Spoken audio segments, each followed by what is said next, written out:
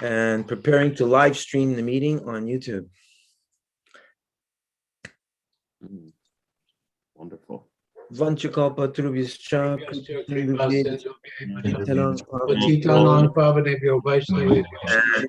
to live stream the meeting on YouTube. Hare Krishna. Jai Sri Krishna Chaitanya Prabhu Nityananda Sri Advaita Gadadhara Sivasari Gaura Hare Krishna, Hare Krishna, Krishna Krishna, Hare Hare, Ram Ram Hare Hare. So just before we begin, I'd just like to mention that it was suggested to me, based on previous conversations that we've had, that although myself, I'm very happy to hear teachings of Lord Chaitanya 8 days a week, the suggestion was brought that it would be very nice if we could have some Bhagavad Gita class as well. Either because some devotees feel, they're like on the basic level. I know I still am, unfortunately, after 46 years, but it was brought to my attention. So I'm thinking either we could replace one of the teachings of Lord Chaitanya broadcasts with a Bhagavad Gita broadcast, or we could have a fourth class as well. I just want to know what everybody thought about this idea. I'd like to finish the teachings of Lord Chaitanya. Okay. Okay. I'm for either scenario. You're flexible either way. Yeah. Okay. Me too. Hare Krishna, Krishna Das Prabhu. Yeah, I am also. Yeah, and what were you saying, Krishna Das? Sorry.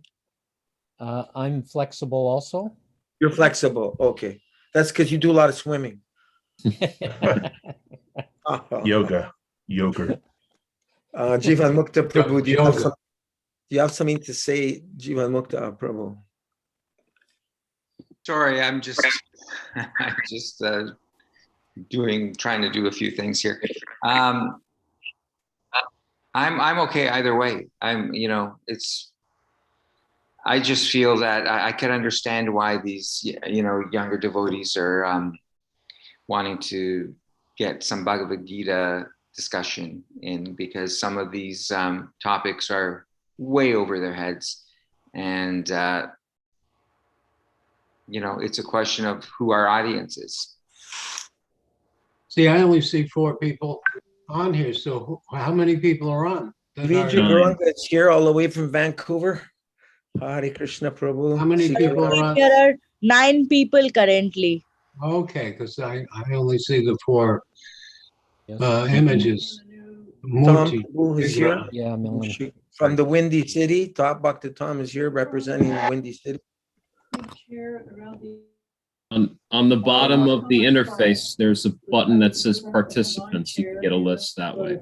Yeah, or you can have the grid view. Grid view. What are you looking for?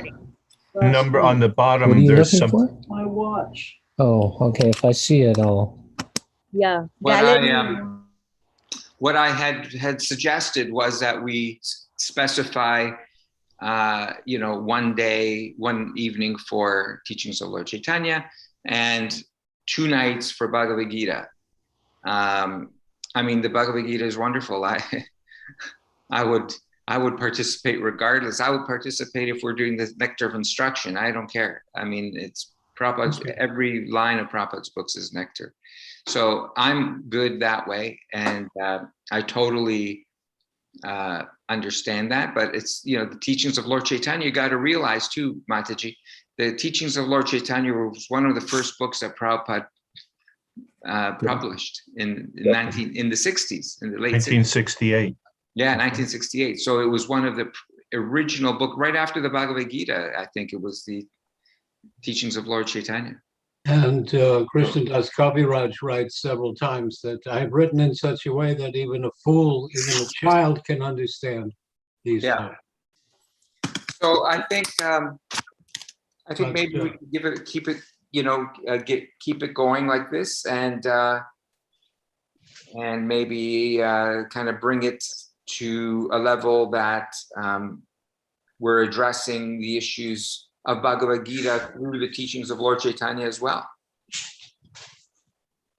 I was mentioning Sikarani Mataji earlier that we can see as we're going through the paragraphs of teachings of Lord Chaitanya, Srila Prabhupada is constantly cross-referencing Srimad Bhagavatam and Bhagavad Gita.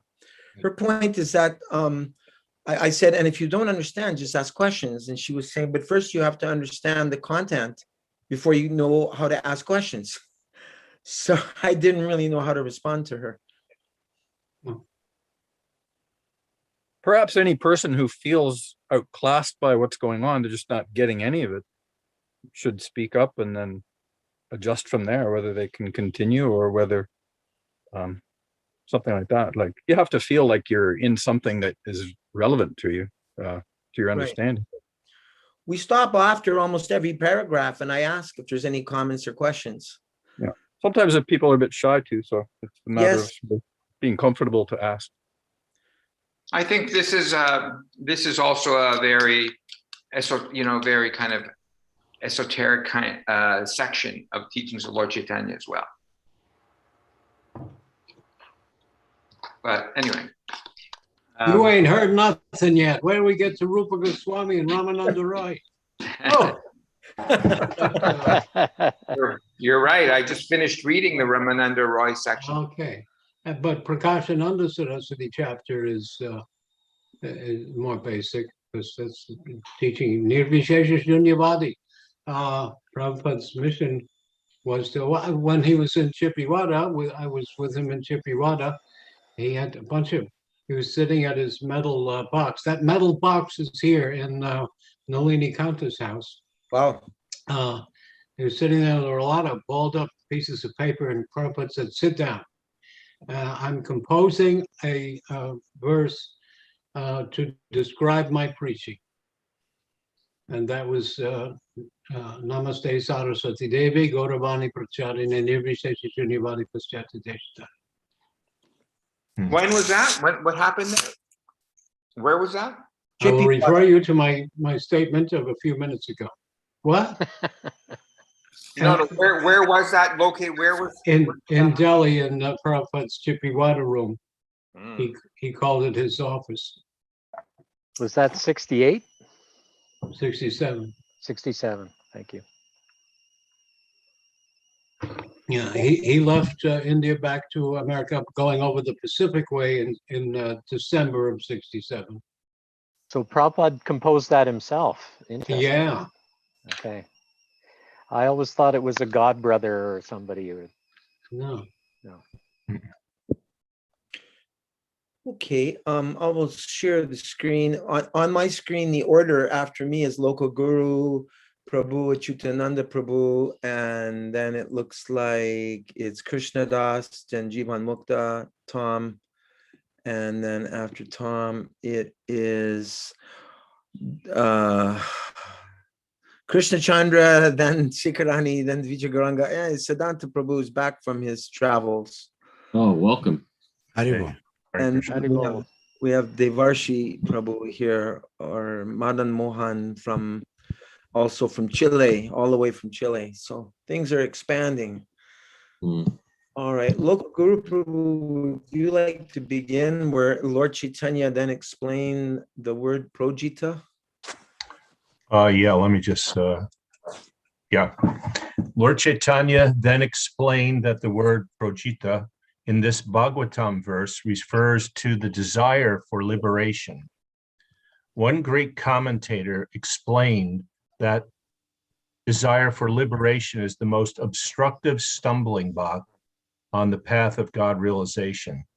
But if one somehow or other comes to Krishna and begins to hear about him, Krishna is so kind that he awards his lotus feet as shelter. Then the devotee or transcendentalist forgets everything and engages in the devotional service of the Lord. When one comes to the Lord in devotional service or in full Krishna consciousness, the reward is the Supreme himself. Once engaged for the Supreme, one no longer asks for anything, as do distressed man and he who desires material possessions. The association of pure devotees, the causeless mercy of the Lord, and devotional service of itself, these three act wonderfully that one can give up all other activities and become absorbed in Krishna, whether one is distressed in one of material possessions, inquisitive, or even if one is a wise man cultivating knowledge. Does anyone have any comments? Yeah, this is paraphrasing the Bhagavad Gita. You'll learn the Bhagavad Gita simultaneously. This Yeah. is the verse of Chaturvidha Bhajante Mam verse that, and Bhaktivinoda Thakur's comment on it was, there are four kinds of people who come to me.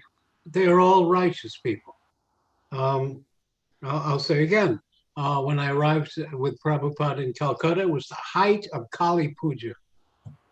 Whoa, scary, and loud banging noises, and then Bollywood music playing. Oh, and get this, their favorite song to play on the loudspeakers in Calcutta all night long was Julie Andrews singing The Sound of Music. The Sound of Music. The hills are alive with the Yeah. sound of music. Loud. And then other Bollywood, because it was all like fun.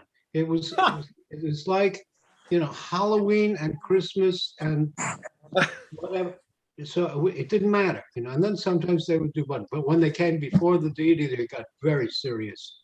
I remember seeing a wealthy lady, gorgeous sari, mother lady, jewelry, and looking up at the destructive murti of Kali and just praying and praying, tears, asking for things, So I asked Prabhupada, I said this before, but I'll say it again. I said, well, the Western religions worship one almighty God. These people are worshiping all these forms of Durga. She has 9 forms and then 10 Mahavidya forms. There's even something like another bunch of yoginis that even the tantrics are not sure about. So who's better? Prabhupada said the Kali Bhakta is better. Wow. Why? Because they're in the Vedic system. They're coming to, they're asking God. Later that visit, Prabhupada spoke in Calcutta, and some men said, oh, what about these dacoits that pray to Kali to have a successful robbery?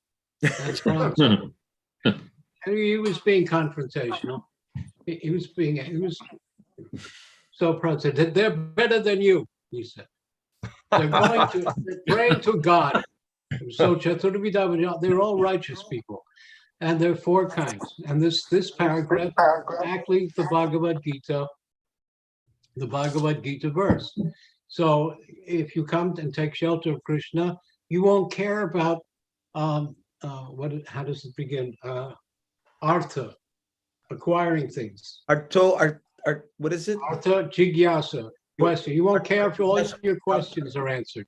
You won't care if you get liberation. You won't care. The Gyani is going for liberation. They've understood that this material world is illusory. And you won't care about your distress. Either the distress will go away and you can go on with material happiness, or you won't care, even if I'm in distress. Kunti Devi, prayers. Krishna, when we were in trouble, you were always with us. Now we're back on the throne, we have a kingdom, and you're going away. So put us back in trouble again, so that you will keep coming to us to save us. So Vipada Santuya Shasvat Tatra Tatra Jagat Guru. We can always remember you when we're in these difficulties. thank you. It appears that Srila Prabhupada really condenses the process of devotional service in those few sentences. But if one somehow or other comes to Krishna and begins to hear about him, Krishna is so kind that he awards his lotus feet as a shelter. Then the devotee or transcendentalist forgets everything and engages in the devotional service of the Lord. And when one comes to the Lord in full devotional service or in full Krishna consciousness, the reward is the Supreme himself. It's like going from a neophyte where they're just hearing about Krishna to getting Krishna himself all in 3 sentences.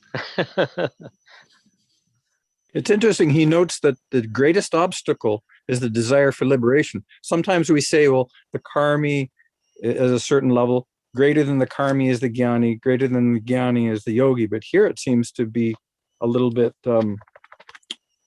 It makes me wonder, like, okay, because generally the jnani is after liberation, isn't it true? What any comments? Yeah, but when they come, because they've given up the highest self, mukti is the highest selfishness. No problems. I'll never be hungry. I'll never die. No disease. No death.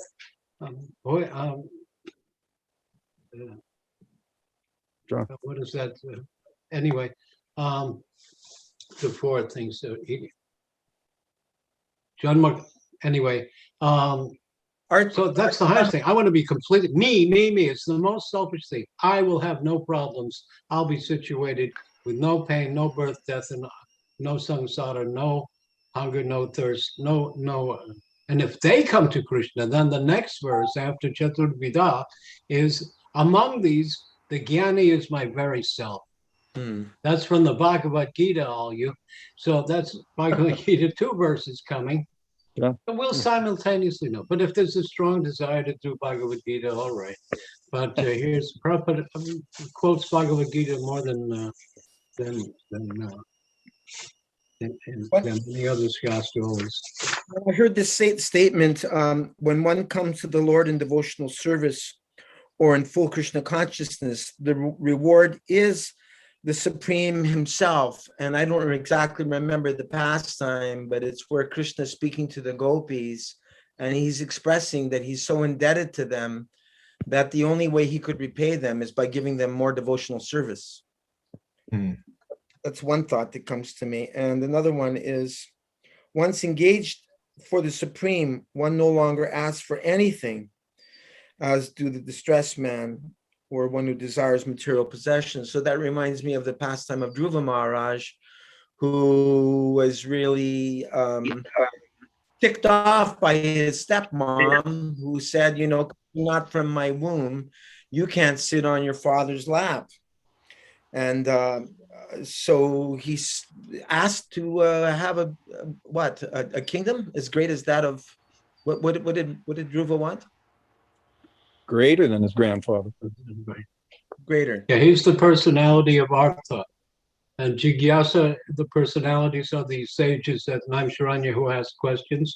Artha Jigyasa, Artati.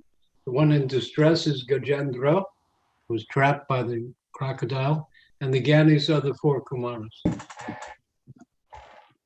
Okay, we have Pradyumna Prabhu that's trying to get in here, and I have to inform him that Got the new number. Have changed. He's trying to get through. Okay, no Zoom, he's asking. The ID has changed. Okay, we should see him in just a moment. So, okay. The Acyutananda Prabhu, would you like to continue? The next paragraph is really short, so just the next couple. Go ahead. In summary. You are not sharing the screen. Oh, excuse me. I'm sorry about that. Okay, here we go. Does she have the new number? Yeah, I sent it to Pradyumna just now in Facebook. Okay. Okay, there are, In summary. In summary, Krishna is the meaning behind all words in the Atmarama verse. So here's that Yadva. Gautama Rishi is the founder of Nyaya. And Lord Chaitanya, I've said this before, he was the master of this system of interpreting synonyms, just like a thesaurus. What's another word for thesaurus? It means Book of synonyms. It means a treasure. But okay. no, some librarian told me because I thought it was a joke. But so he would train up a big school that he had. He even went to East Bengal to get money, earn money by teaching this system of going through all the synonyms and the connotations of words, putting them back into the verse and making it witty and funny. They were stand-up entertainers. No. Now when he comes in, he's using the same system to explain that every word means Krishna. And of course, when he came back from Gaya, he was in Krishna, Madan, Modana, in Krishna. Man, everything meant Krishna. So his students said, how are we going to make a living when you say everything means Krishna? See? There are two kinds of transcendentalists who cultivate knowledge. One of them worships, it disappeared. Oh, I didn't know that you were continuing. Okay, excuse I'm me. continuing. Yes, you're always continuing. I'm going on and on. Right. Nothing Up will to- stop me, I hope not. except the screen. There are two kinds of transcendentalists who cultivate knowledge. One of them worships the impersonal Brahman, the other desires liberation. The Brahman worshippers, or monists, are further divided into three categories: the neophyte, one who is absorbed in Brahman realization, and one who has actually self-realized himself as Brahman. If devotional service is added, the knower of Brahman can then become liberated. Otherwise, there is no possibility of liberation. Okay, Shankaracharya, in order to, we have to respect him some also, in order to preserve the Vedas, re-spoke the Vedas in what's called Prachanna Buddhism, impersonal meanings. And they don't make any sense if you really see it, if you really see them. And for instance, Lord Chaitanya shows all these words mean Krishna. Shankaracharya says, oh, there's only 4 or 5 great things. They're called Mahavakyas. Vakya means words. There's only 4 or 5 of them. Aham Brahmasmi, Soham Brahma, Sarvam Kalvidam Brahma, Pragyanam Brahma. Those are the great. All the Vakyas are Mahavakyas. Like I said the other time, I saw a devotee highlighting the nectar of devotion. I said, you know, someday your whole book is going to be yellow pages. They're all important. So the Mayavadis and then Shankara, in order to preserve the culture,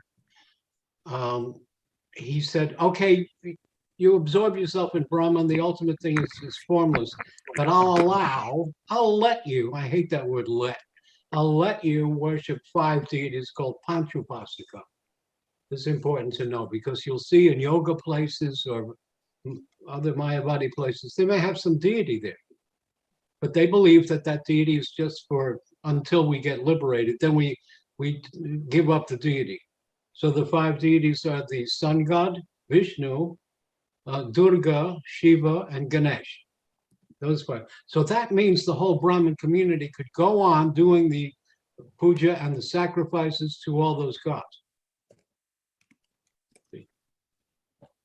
3 out of the 5 are all in the Shiva category: Ganesh, Durga, and Shiva himself. But When you said that all the Vakyas are Mahavakyas, when you say all the Vakyas, what are you referring to specifically? all the words. Every word. Vakya means spoken. Vakya means spoken. So all the words of the Vedas are great sayings.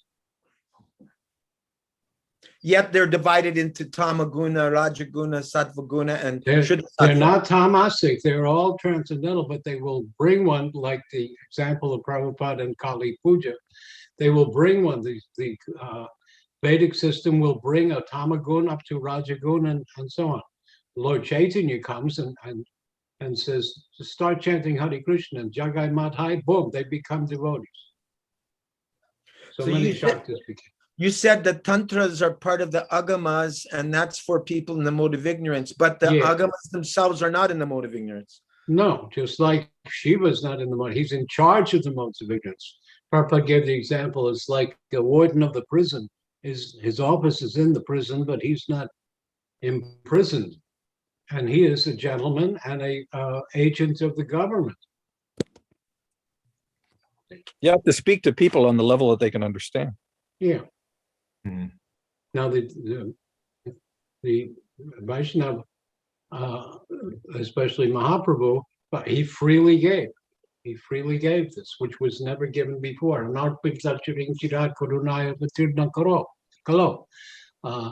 He gave this freely, which was never done before. Krishna in Dwapara Yuga received prema. He did not give it. Mahaprabhu gives it. He melted their heart. He melted the rocks. In the great book Harinam Chintamani by Bhaktivinoda Thakur, Lord Chaitanya asks Haridas Thakur to teach him about the holy name. And then he says, you know, Mahaprabhu, when you chant and the rocks echo back, that's not an echo. That's the way rocks chant. That's their kirtan. You've made them alive. That's the way rocks chant. That's how rocks chant. If you notice different places where when you chant, you can chant in a forest, you can chant in a city, you can chant in an apartment building. The echo is different. There's a different quality. Sometimes there's hardly any echo. Sometimes there's a fantastic echo. It's all different. Vijay Garanga, what happened to your face surrounded by Tulsi Devi? It's just a virtual thing, but cleaner than better to look at than my room. Oh, it's more personal when we can see the devotees' faces. Krishna Chandra Prabhu, would you like my face is not there? No, just a black square. Oh, it's okay. Supposed to be. Is it time for me to read now? Yeah, anyone who was fully engaged. Well, anyone who is fully engaged in devotional service in Krishna consciousness is understood to have realized Brahman. So, Prabhupada's simple example: if you have $1 million, all your $10 problems are solved. Yeah. Devotional service is so strong that one is attracted to Krishna even from the platform of Brahman worship. The Lord awards the devotee the perfection of a spiritual body, and the devotee eternally engages in the transcendental service of Krishna. It is when the devotee understands and becomes attracted by Krishna's transcendental qualities that he wholeheartedly engages in devotional service. For instance, the four Kumaras and Sukadeva Goswami were liberated from the beginning of their lives. Yet, in their later life, they became attracted to the pastimes of Krishna and became devotees. Sanaka and the other four Kumaras were attracted by the aroma of the flowers offered to Krishna by his transcendental qualities. Thus, they engaged in his devotional service. Similarly, the 9 mystics mentioned in the 11th canto of Bhagavatam are understood to have been transcendentalists from birth, but they became devotees of the Lord by virtue of hearing the transcendental qualities of Krishna from Brahma, Lord Shiva, and Narad. Shiva started also a Vaishnava. Shiva has also started Rudra Sampradaya, that's Vishnu Swami, and more recently in history, Sridhar Swami, and Mahaprabhu accepted Sridhar Swami's commentary of Bhagavatam also. And the four Kumaras, they started the Nimbarka Sampradaya, and this, I have a note about that. The Nimbarka is very close to us. There we have Achinta Veda Ved, their tattva is called Dvaita Dvait. So simultaneously one and also different. But they worship Radha and Krishna, and only in Milan, only together. The unique feature of the intensity of separation is given by Lord Chaitanya.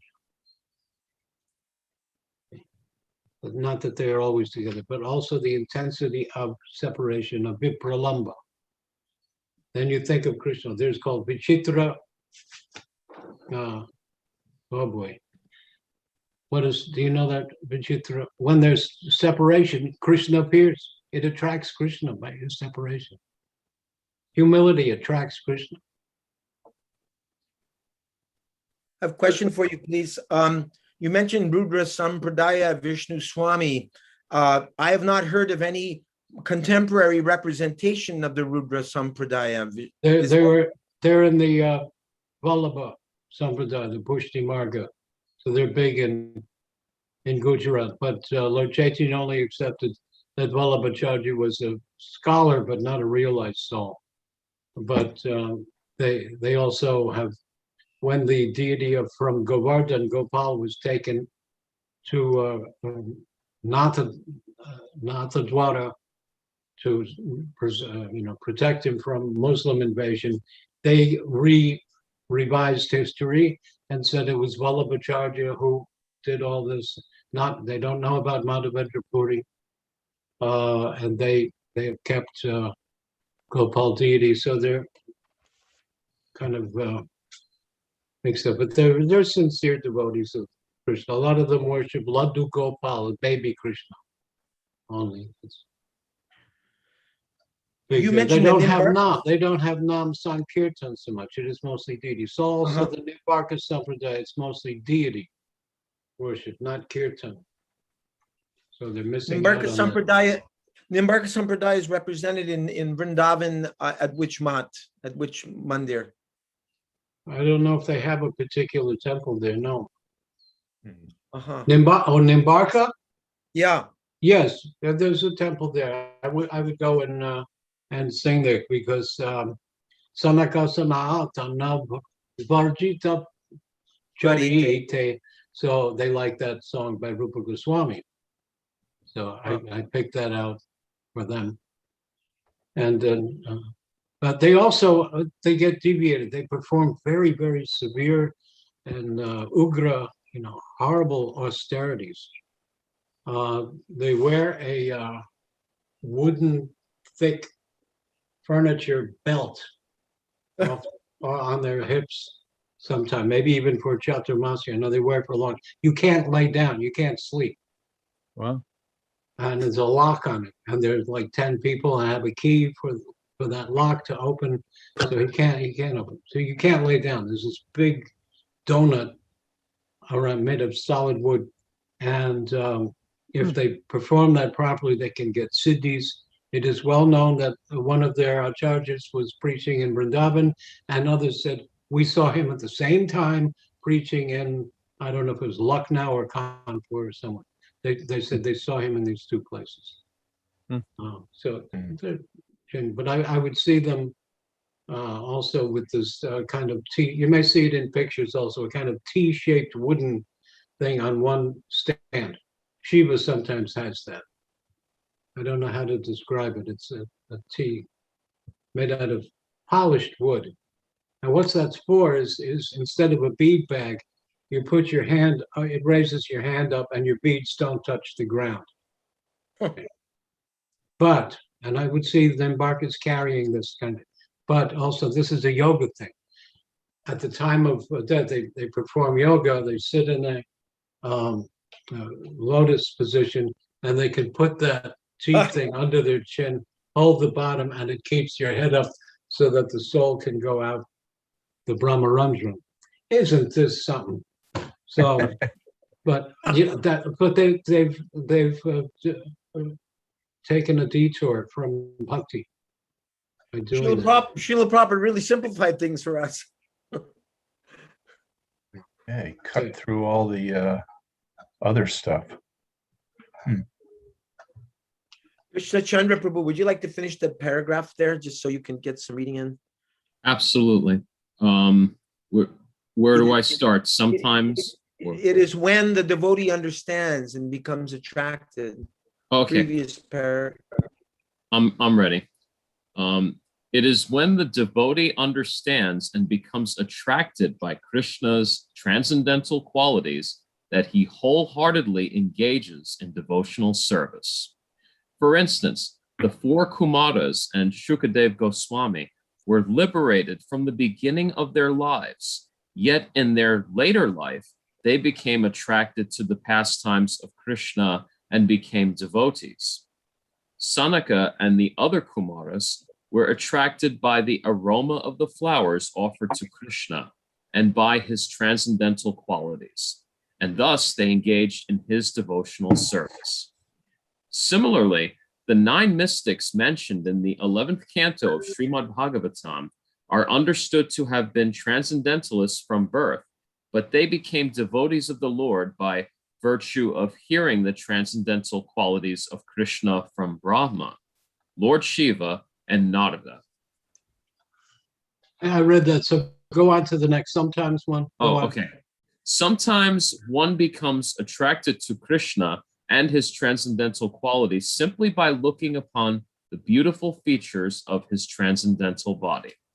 In this case, also, one abandons the desire for liberation and engages in his devotional service.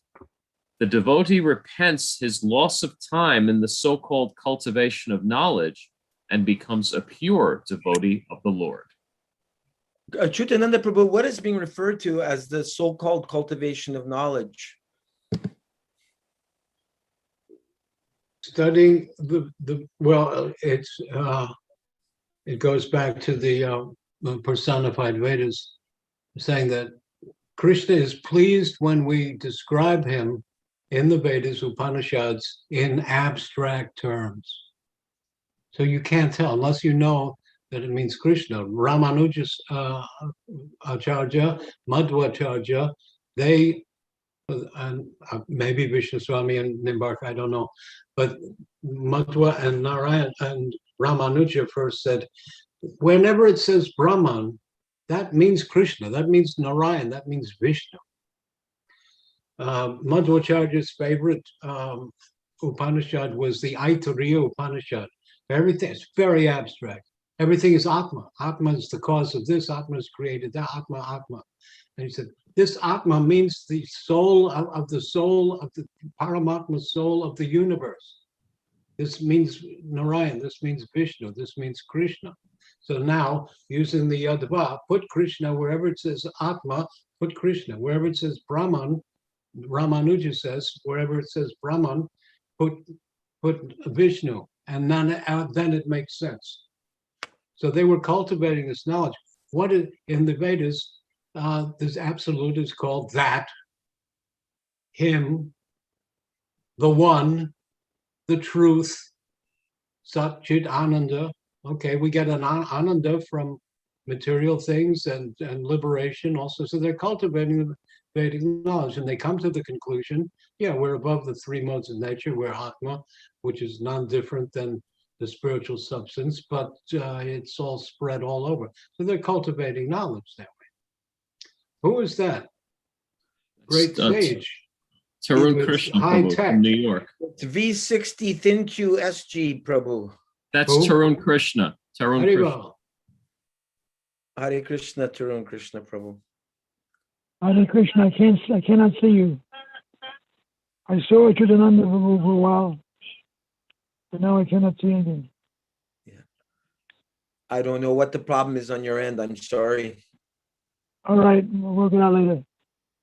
I can listen. Dvija Garanga Prabhu, it's your turn. You're up next. Okay. Okay, where did we? Okay, there are two kinds of souls. There are two kinds of souls who are liberated even while in material bodies. The soul liberated by devotional service and the soul liberated by the cultivation of knowledge. The liberated soul in devotional service, attracted by the transcendental qualities of Krishna, becomes more and more elevated, whereas those who engage in dry speculation and simply cultivate knowledge without devotion fall on account of their many offenses. This is confirmed in Srimad Bhagavatam 10:2-32, where it is stated. Someone can chant that. I'm not so good. Awesome. Ravindaksha vimuktamani nastvai astabhavad avishuddha buddhaya aruya krichrena parang padang tata patantyado nadrita yusmad angrayaha. Go ahead, finish the translation. O Lord, the intelligence of those who think themselves liberated, but who are without even a touch of devotional service, is not pure. Even though they rise to the highest point of liberation by dint of severe penances and austerity, they are sure to fall down again into this material existence, for they do not take shelter at your lotus feet. Lord Krishna confirms this in the Bhagavad Gita 8. Sorry? We'll just stop there for a second. Acyutananda Prabhu, you want to comment on that verse? Aruya Krishna Parang Padang? Not now, no. Okay, I was just thinking, Prabhupada mentions these are the people that take up the philanthropic, the open hospitals. Yeah, he was especially referring to Vivekananda. Vivekananda, and I just saw some lecture. I couldn't take it for more than 2 minutes.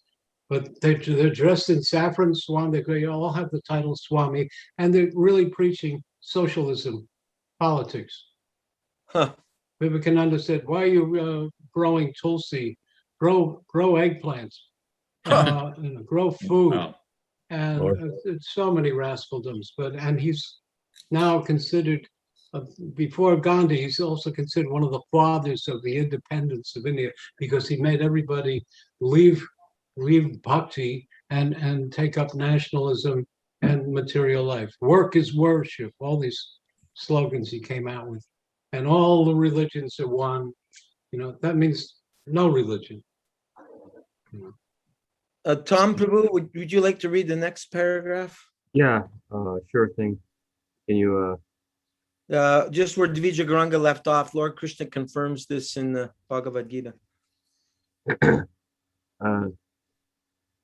Brahma Bhuta Prasanatma Na Shochati Na Kankshati Sama Sarveshu Bhuteshu Mad Bhaktim Labate Param. One who is actually situated in Brahman realization is fully joyful, has no reason to lament or desire anything, and is equal to everyone. Thus he is eligible for pure devotional service. This was illustrated by Bilvamangala Thakur, who in his later life wrote, "I was situated as a monist in order to become one with the Supreme, but somehow or other I contacted a naughty boy and became his eternal servitor." In other words, those who attain self-realization by the execution of devotional service attain a transcendental body, and being attracted to the transcendental qualities of Krishna, engage fully in pure devotional service. Anything? Well, there's the From Bhagavad that- Gita. There's Bhagavad Gita again. Mhm. But if there's a strong movement to read Bhagavad Gita one night, yeah, we Krishnadas Prabhu, would you like to finish the chapter, please? Sure. Anyone who is not attracted to Krishna is understood to be still under the spell of Maya. But one who is attempting to be liberated by the process of devotional service is actually liberated from this spell. In the 11th canto of Srimad Bhagavatam, there are many instances recorded of devotees who became liberated in this life simply by engaging in devotional service. Any comments, questions? There's another verse that says, for a devotee, Mukti Devi is standing at his door with folded hands saying, how can I serve you? Who are some of those personalities referred to in the 11th canto? I'd have to read. I have not seen the 11th canto. And done it's by, interesting that Prabhupada Prabhupada. points those out, because I mean, there's so many instances of devotees who became liberated in this life simply by engaging in devotional service in many of the cantos. That's right. Right. I have a question actually about Yeah. something you said. You were saying that Mayavadis or some monists are saying that all religion is one, therefore no religion, right? But you could compare that to what Krishna says in Bhagavad Gita when he says, just abandon all religion and just surrender unto me. What, in your opinion, is the difference between those two things? Okay, here we go with some great connotations. Dharma doesn't really mean religion. Prabhupada describes Dharma in the introduction to Gita. Dharma means the natural function of a thing. The natural function of water is wetness. The natural function of earth also is smell, and is solidity. The natural function of fire is heat and form. The natural function of the jiva is to be with Krishna in devotional service. We all have a tendency, even covered by Maya, to love and reciprocate in love. So the Dharma means the natural function of a thing, not the 501c3 tax exempt status. Or a pope, or the organization. So, because Arjuna presented very dharmic arguments not to fight. there are relatives, and when there's war, the husbands will die. We don't know who is supposed to be the winner. There's destiny. Who is destined to? He gave all these great ideas. Krishna turns around and says, "You are speaking wise words, philosophical words, but you're lamenting over those who do not deserve it." So that all those dharmas that, and then I explained with the atheistic philosophers, it's Kannada, Gautama, Jaimini. We don't have such a problem with Jaimini, but Karmakandya, Vaisheshika, Nyaya, and who was the Kapila is the Sankhya. All those are speculative things. Those Do we are all have to a be problem? given. Do we have a problem with Patanjali of yoga? Yeah, Yogi Nama Pisarvesham. This is from the Bhagavad Gita. Yogi Nama Pisarvesham Madkate Nantaratmanas Radhavan Bhajate Yamang Samayuktatamo. The greatest, after describing the specific yoga process, Krishna says, give it up. The greatest yogi is my bhakta, is my devotee. And Prabhupada especially, when he was talking about the yoga schools that opened up in America, and I really always say this, all those yogis knew the culture. There's the most authoritative yogi, he passed away, is Iyengar. Yeah. Prahladananda Swami was Iyengar. He lived with them. He lived with the But- family. He studied under them. But he sometimes there's old footage of him with Ramanuja Tilak. Yes. But he never gave Vaishnavism. Uh, He never gave Prabhupada. Vaishnava culture. And none of these yogis did. So Prabhupada said, look at this description of yoga practice. You must go to a holy place. Can't do it in your bathroom. You must go to I a heard holy place. Iyengar once said that the bhakti is for lazy people. Is what? For lazy. Oh, nice. Lazy intelligent. Yeah. Oh, boy. Yeah, lazy intelligent. Yeah. Well, he could put his feet behind his ears and everything, but now he has died. Yeah. So it didn't Just get save him to Yeah, the come and verse do a is little John devotional service in a temple. He'll be realizing it's John not for lazy Mamrityu- people.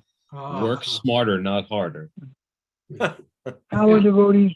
John Mamrityu Jarabhyadi is birth, death, old age, disease. So you're saying that the word religion is used loosely, or for lack of a better word, in this verse? Yeah. Just like it also begin where Bhagavad Gita ends, Bhagavatam begins, Dharma Projita. There's that word Dharma Projita. They are all cheating religions. All of these religions and dharmas, even in the Vedas, that bring you up, but therefore you pray to demigods for rewards. You pray to, and even if you pray to Krishna, this is karma misra bhakti. Somebody put a question up. Yeah. Jnana misra bhakti means praying to Krishna to be liberated. Right. That goes back to Shankaracharya, that you can worship Vishnu or Shiva or Durga or Ganesh or Surya, and then you merge. Some of them want to merge into the deity, some of them want to merge into Brahma, but it's for your personal selfishness. So it's cheating. It's not love. He's asking if Jnana Mishra Bhakti has any difference with the cultivation of knowledge described in that chapter. Oh, I'm not sure how to separate that either. But Jnana Mishra Bhakti is usually, because Jnanis are always wanting to get liberated.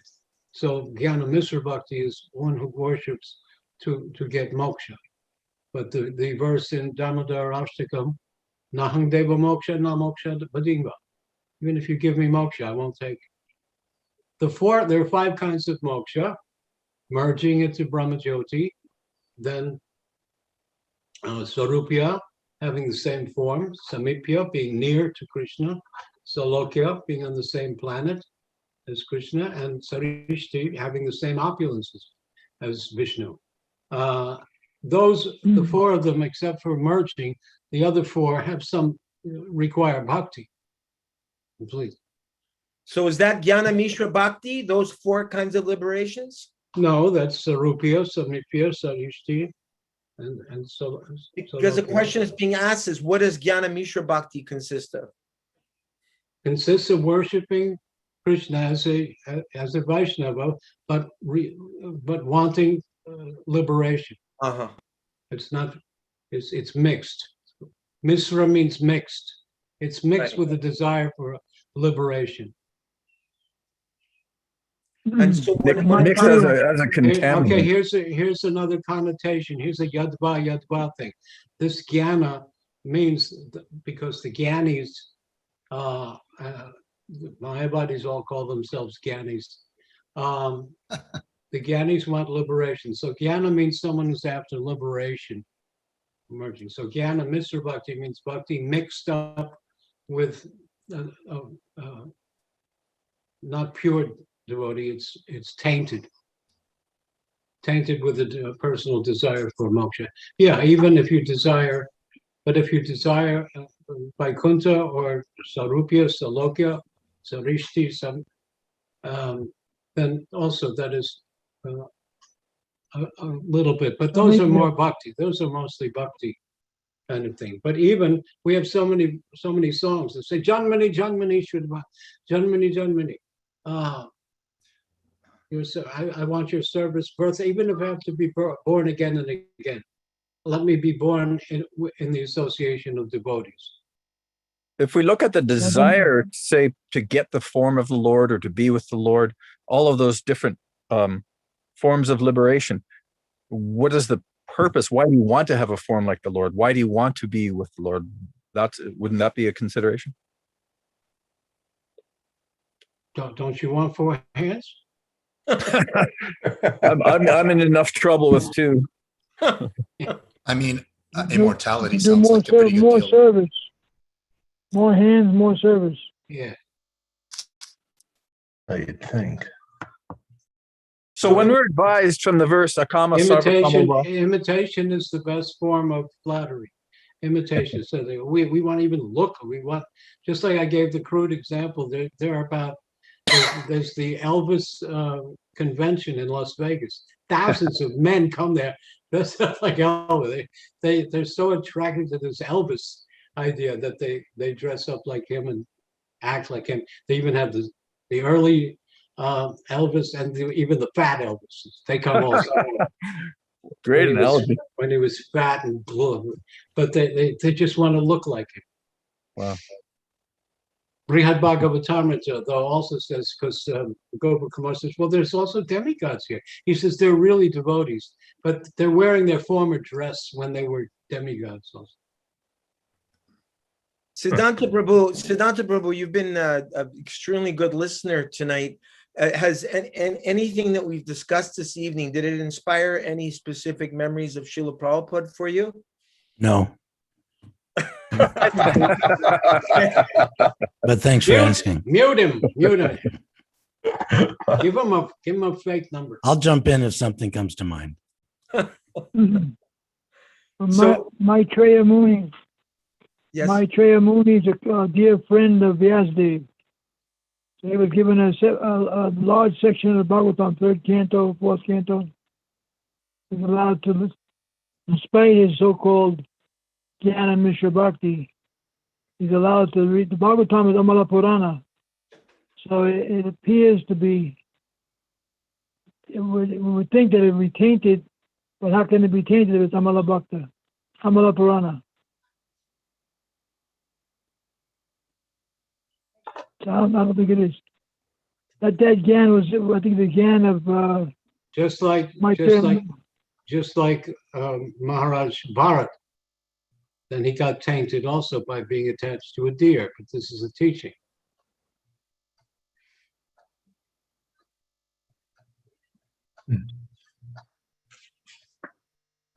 Okay. Jivan Mukta, sorry. Even though Maitreya Muni is speaking a large section, we still have to consider the Bhagavatam as Amala. Amala Purana. Okay.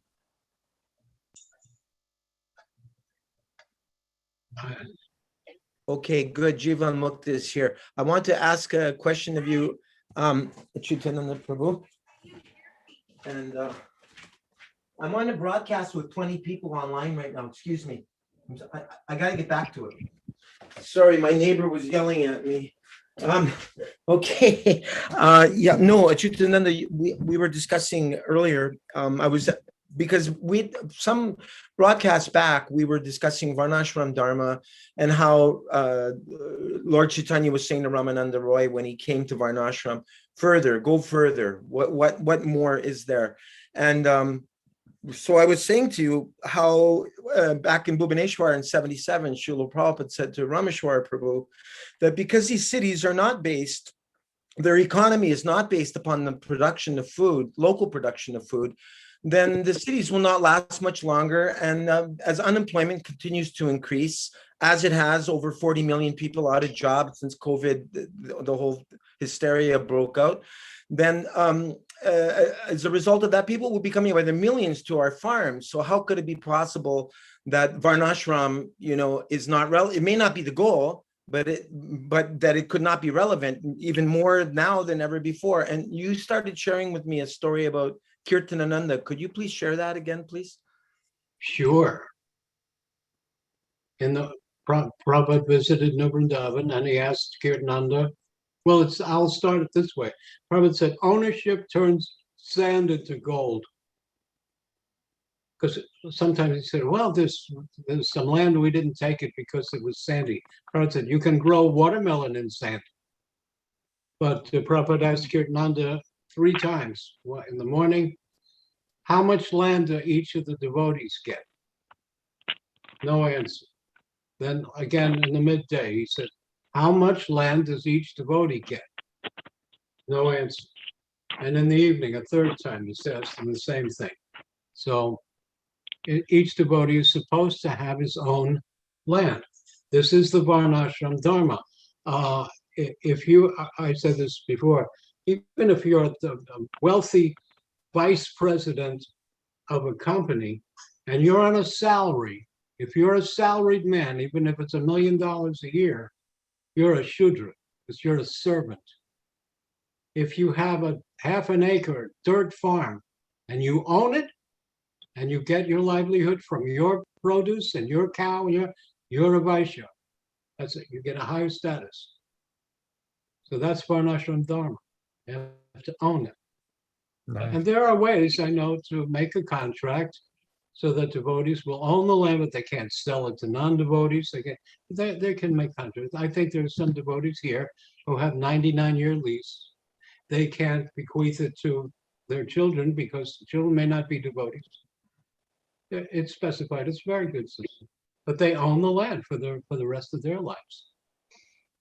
And I don't know if after they pass, if it can be transferred if their children are devotees or not. I don't know that. But it's written in there in section B, paragraph 2, part 3.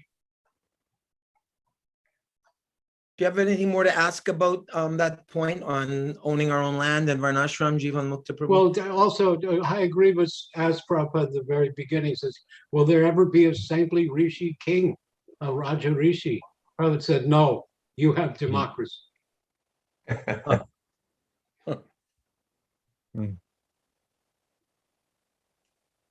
Although they did try to give Prabhupada the crown, and he was given a crown himself, but Srila Prabhupada is more than a king.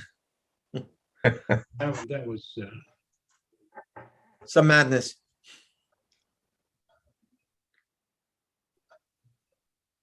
Yeah, I saw that.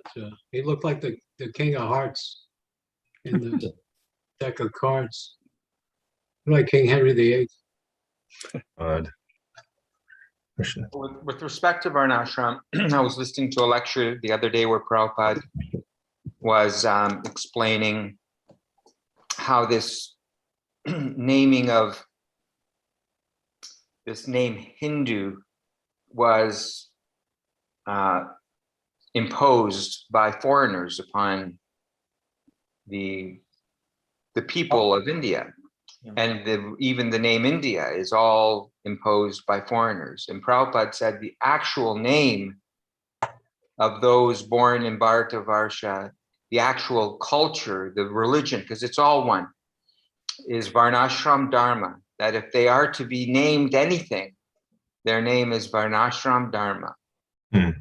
Not Hindu, you know, India, it's the proper name is Varnashram Dharma. So I was thinking how incongruous to think that the culture that is named Varnashram Dharma, the religion, the spiritual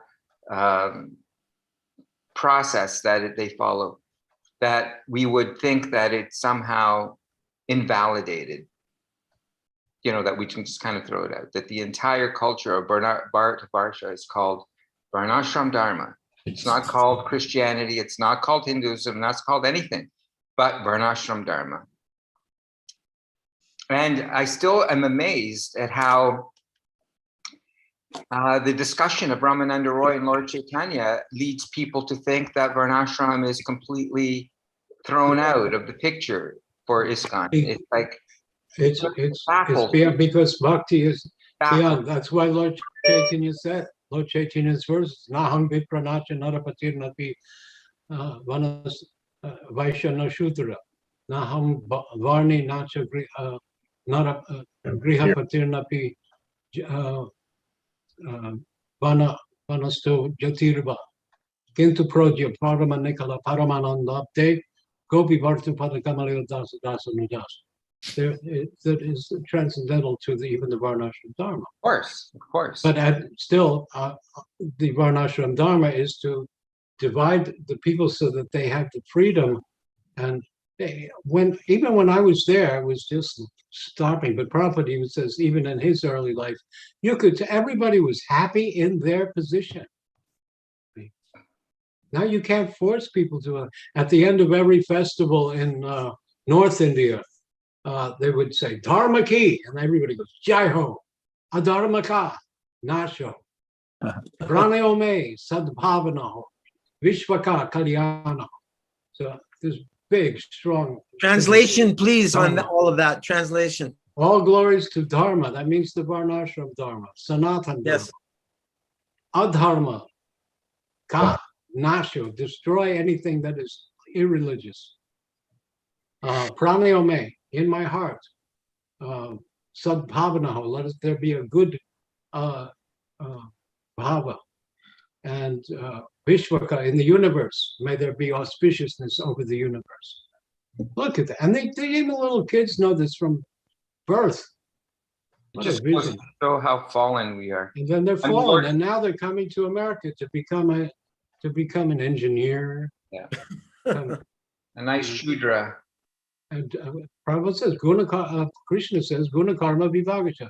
The forecasts are divided by your qualities and what kind of work you're doing.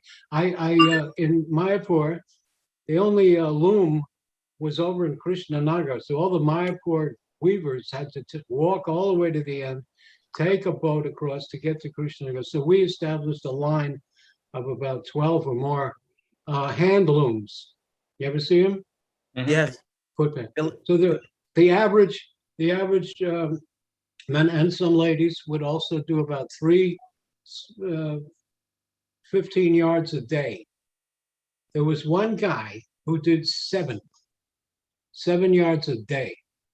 And I said, well, what do you think about it? He says, what do you mean, what do you think about it? It's going, ching, dong, and pedals, foot pedals are going. You think about the work. Ching, dong, ding. They don't, you can't force him to study Vedanta. So they're not, now we have public school. Everybody come and learn. They say there's some kids that just don't have the ability to do that. You don't have that ability. Wow. Now, universities have become a business. You've got everybody going to university, and then they come out, they're educated, unemployed, and fooled. And in debt. And $100,000 in student loan debt. So no wonder they're rioting and frustrated and taking drugs. Yeah. When they finally get, I just wanted to mention, sorry, Dvija Garanga Prabhu, That's okay. that despite Lord Chaitanya saying that we're not Brahmin, Kshatriya, Vaishya, Shudra, we're not this, we're not that, he was the strictest sannyasi. Likewise, he expected his followers to strictly follow those principles of Varnashram Dharma. If you follow, here's also a Dharma, Varnashram Dharma. If you follow Varnashram Dharma flawlessly for 100 births, you're eligible to be Brahma. Mm. Sometimes there's no one eligible, so Krishna incarnates and in the function of Brahma. I don't know if the present Brahma is that, but I don't think so. Does anyone have any last question? I'm thinking, devotees are saying they'd like to complete things by 9:30 Eastern Standard Times. That's an hour and a half of, I know we got off to a late start this time. But I got something. yes. The lawyer, Prabhupada said somewhere, you probably know better than me, the lawyers should be Kshatriyas and the politicians should be Brahmanas. That's also there. Lawyers should be Kshatriyas. Yeah, so Prabhupada's in the purport. Lawyers should be Kshatriyas and politicians should be Brahmanas. From the ideal of Varnashram. Where does he say that? I've read it, but I can't exactly quote it. Because isn't a politician usually equated with a Kshatriya? Politician's a high-class lawyer. Sometimes. Yeah. Exactly. Parikit Maharaj was a Kshatriya. There's also pure Vaishnava, very advanced Vaishnava. Which Maharaj? Parikit Maharaj. Parikshit Maharaj, yeah. Yudhishthira also. Yes. Or Jarshis, they were Kshatriya Rishis, combination of both. Not ordinary. Yeah. This is opening things up to a whole other discussion from Devarshi Prabhu. Some of Krishna West devotees say that several things which we use like dhoti are not exactly Vaishnava tradition, as well as beads for chanting with intention to show that they are not important, but just details from where beads tradition is coming and what importance have the details in our practice. Even in material relations, details are important, but from their point of view, it seems that not. What is your understanding of Srila Prabhupada's position about details? Is your deity of Krishna wearing a dhoti or a three-piece suit, Gaur? I think I see him wearing a dhoti. Yes, in my house he wears a dhoti. He's wearing a dhoti, right? Anything can be done. Prabhupada once said we should all wear dhotis. Another time he said, I would like to see men in suits and tilak and bead bags. Yeah. So whatever works. But we don't dress Krishna. I mean, our beads are not a minor detail. I don't see any Beads suits. are our best friend. I don't see any descriptions of three-piece suits in Goloka, though. No. If you're walking around the street and you see someone with a three-piece suit, will you go up to him and ask him, what about spiritual life? You know, that's interesting. There are gundas and rascals and prostitutes in India who wear dhotis and saris. Yes. So that can be done. But when Prabhupada first came to New York, before he established, he stayed for a few days at the Ramakrishna mission with the Nicolananda Swami had a Gita translation that went around Mayavad. But Nicolananda asked, he said, you should wear a suit. But Prabhupada said, no, they will not accept me if I appear in a suit. No, if Prabhupada came in a suit, would not be attractive. And I joined in Henry Street, 1971, and Gopal Krishna was working for Pepsi Cola, and Acharya Rishi was working for one of the big accounting firms. They were living in a closet, a doorless closet. And they would, after the morning program, they would dress up in suits and ties and go to work. Yeah, They it's were right different. there on the third floor, Brahmacharya ashram. Yeah, that's different. Yeah, that is different for sure. But the dress was there. The suit. That's- See them with dhoti and kurta, Sunday feast, but during the week they were dressed with suit and tie. It seems that the concern from Devarshi Prabhu is that there's a gray area for some people between what is a principle and what is a detail, and how is that determined? Sridhar Maharaj used to say, it is the finest adjustment, and that's why Bhaktisiddhanta's magazine is called The Harmonist.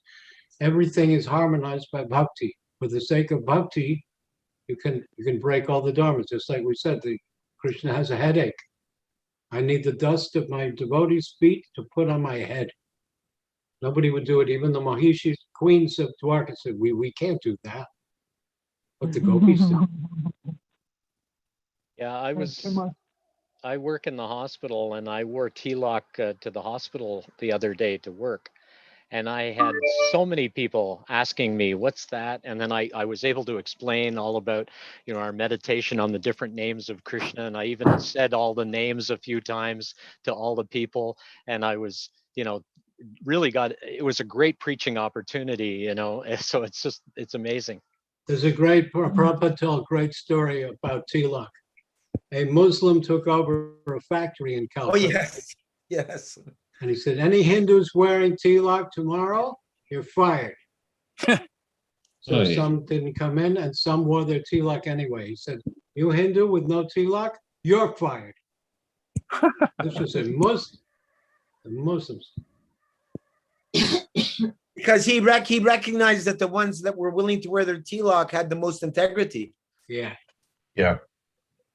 I heard a story that Srila Bhaktisiddhanta refused to see anybody without their tilak. He said they were like walking graveyards. I don't know if that's true. Yeah. Uh-oh.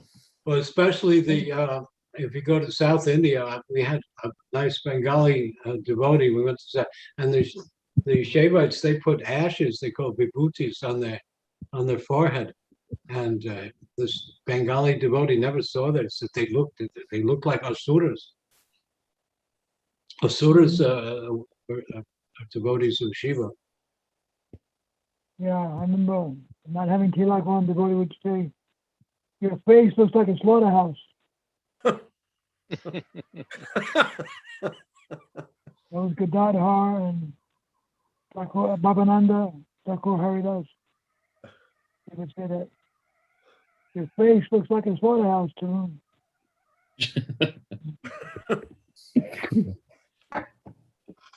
So on Friday, the next Gita. Oh, you want to do the Gita on Friday? Is that what we'll do? Or Well, that's what the what's predominating thing is. Everybody, I don't know. Is there conclusion to the Sanatana? What is that? That was the next chapter, conclusion to the teachings of Sanatana Goswami, which either we can start on Friday or we can do Gita. No, we'll do that Friday, and if we finish early, we could start Gita also. All right. Don't have to be Yeah, New York bound by rules and regulations. All right. New York Rath Yatra this weekend. Oh, this weekend. Friday, Saturday. Friday Harinam and Saturday parade. Fifth Are Avenue.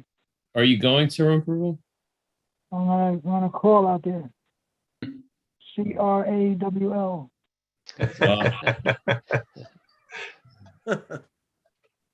Give Acyutananda Prabhu a hug from me, okay? Your name? Goradas. Oh, you're Goradas. I remember your face. Yeah. And from me also. He and I are old buddies. Gora, and your name? Krishnadas Kaviraj Das. Okay, Prabhupada disciple? Yes, he Both is. Prabhupada. And You give one to also? Hangsarupa Prabhu too from me. I remember you were connected to, I forgot which temple, but I remember seeing you 40 years ago. Krishnadas and I came to New York, Manhattan Temple to see I think you came, Krishnadas. We saw Sudam Prabhu put on the Age of Kali play. Were you with me? I yeah. was not with you at that time. Well, you're taking care of the deities, maybe. Yeah. I saw that play on the fourth floor. Second, 55th Street. That's right. You were there? Yeah. I am Kali. I am Kali, and I am his consort Sin. And this is the age that will do you in. This is my age, O Queen, now just begun. I have 400,000 years in which to have my fun. Wars, rapes, bombs, such a feast for my eyes. I played Kali with the Donavir Prabhu, and I had Lois Taksha playing Sin. I got us some bookings at Case Western University, University of Columbus in Ohio, University of Ohio in Columbus. It was a lot of fun. But Sudama played Sin. Sorry, excuse me. Rasagya played Sin. Sudama played Kali. Yes. And like that play was done. Acyutananda will probably know. Who was that person who did those Bengali plays? Bengali playwright? Ghosh? Ghosh. Ghosh. Yeah. Yeah, Prabhupada liked to quote one of his things when in the middle of the play, a man says, "What? Am I a lawyer? Am I a prostitute?" He would laugh at that. What was that? What was that in reference to? What was the context of that? He was remembering one of those plays. So, what's the full name of Ghosh? Oh, yeah. There was a very big. Look him up.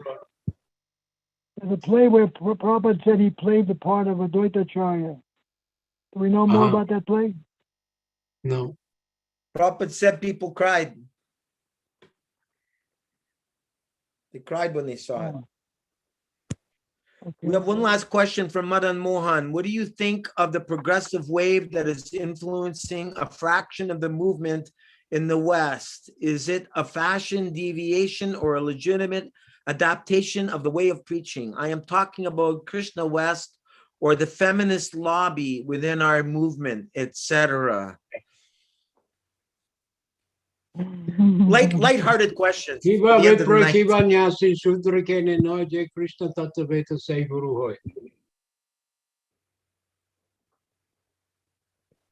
If they want to adapt, you have to be a realized soul to know how to. Prabhupada adapted. He was criticized by his godbrothers.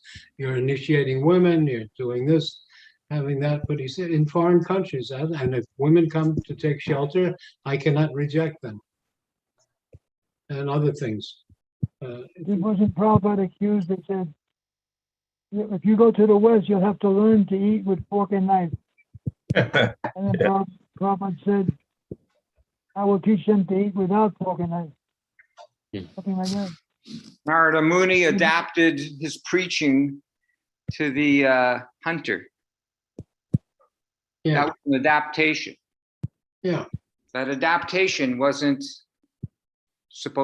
intended, it never was intended to be permanent. So adaptation, yes. To bring them to Krishna consciousness, yes. Whatever you have to do.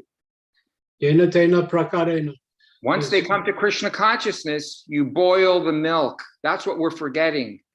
We're getting trapped by the adaptation. We're adapting to the adaptation permanently as a permanent fixture. That's not right. So a sannyasi should keep the sannyas outfit, or should wear shorts. I've heard. I don't know. Anyone in the more comfortable? Well, just like Acyutananda Prabhu was just saying that Prabhupada considered the Kali worshippers superior to the most pious of Christians or Jews and Muslims. Why? Because it was Vedic. Krishna worship. That's why. Well, it was Krishna because it mentioned was part of the Vedic system. I heard the Prabhupada say Krishna is mentioned in Kali worship. Yes, it is more likely that a Kali Bhakta will bow down to Krishna deity than a Christian. You know, at least in Los Angeles, you know, every Rath Yatra that I'm walking alongside is this whole Christian group with bullhorns. Krishnas, go to hell, burn in hell. So Kali worshiper would never say, never. True. I was in Miami, in a morning walk with Miami and Prabhupada. I asked Prabhupada, could Jesus Christ be an incarnation of Lord Brahma, based on the ninth chapter of the second canto? And Prabhupada said, maybe. He was getting into it. Those were the last words before the morning walk ended. And Prabhupada got into the car. Of the Krishna was driving. The Prabhupada got in the back door. He didn't really answer the question. He just said, maybe. And just another point to Madan Mohan Prabhu, in the Chaitanya Charitamrita, where Prabhupada discusses his adaptation and the adjustments he made to bring young Westerners to Krishna consciousness, Prabhupada specifies in there that he makes the adaptation to bring them to Krishna consciousness. And then he says, gradually, all the rules and regulations are introduced. So that was Prabhupada's brilliant strategy, that you bring them to Krishna consciousness and gradually all the rules and regulations will be introduced. But that is people seem to forget that part. Gradually, the rules and regulations are introduced. That is the point. That's Rupa Goswami's verse, Yena Tena Prakarena. By any way, get people to think about Krishna. The principles can come later. Yeah. Another example Prabhupada gave, a snake maybe every year slips out of its old skin. But if you skin a snake alive, he'll die in pain. So it has to be done when the new skin is matured. It's the same as rasabhajang rasyopiyasya parang drishta. When you get a parang drishta, then even the desire and the taste for low things will fall away. And that's why most of us get caught up with women and married life and family life and all that jazz. Not just that, but I can't tell you how many new people. You married a snake? You married a snake? No, who married a snake? Well, no comment. No, I won't comment on that. Pradyumna, what were you saying? Someone had a question. I was just saying on that note that I've seen a lot of new people, men and women, come and go and become very jaded because they were treated by people they considered their authorities and their mentors. You know, they would say horrible things to them and kind of discouraging them because of things they would wear or even just speculation. And totally, this is the wrong emphasis. The emphasis should be on love and on bhakti, not on hey, you're doing this wrong and you're doing this bad and you dress like a prostitute and etc. Right? So this is very applicable in preaching in that way, I think. But Prabhupada had standards also, right? He didn't.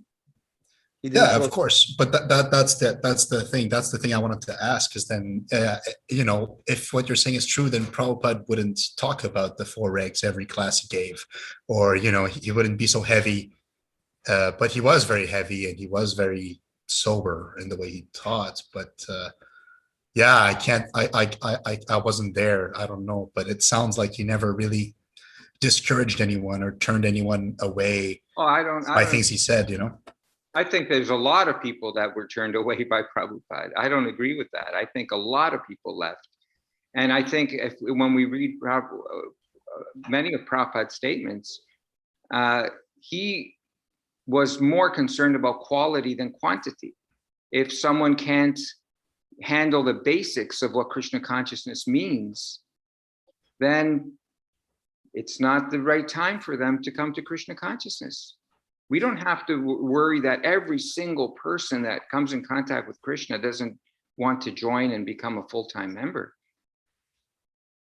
Again, Bhagavad Gita again for the Bhagavad Gita scholars. Again, it always comes, I keep coming back to the 12th chapter, verses 8 to Yes. the present. If a new person comes, the head of the temple should know how to engage that person. Yeah. And Exactly. if he not immediately shave up, put on a dhoti and go out and sell paintings or give out lollipops, and then after you throw in a perfection of yoga book, Yeah. call it Or just look kirtan. at, or just And look at meanwhile, externals. a bad example, I mean, a sad example, there was a lady that came here. She was a court interpreter, Spanish to English, and especially she had no accent. It's very important for a translator. She was making $160 an hour, and she came here, she wanted to learn some puja, and they treated her like dirt, and she left. Now, if they Right. said, no, you're not fit for deity worship yet, but you're a very important, career person, so you're in that 11th or 12th thing, work for Krishna. So keep on. And another devotee here was Brahmatirtha, had a lawyer that wanted her. As so many things, it's Krishna So it consciousness is a got sign. mushed up. And if we preach purely the higher people, then the story of George Harrison. Prabhupada, George Harrison said, "Can I be initiated?" He said, "You are already initiated. You have a name, Hari's son." He never wanted told to me- shave up. He was ready Yeah. to shave his head. Oh,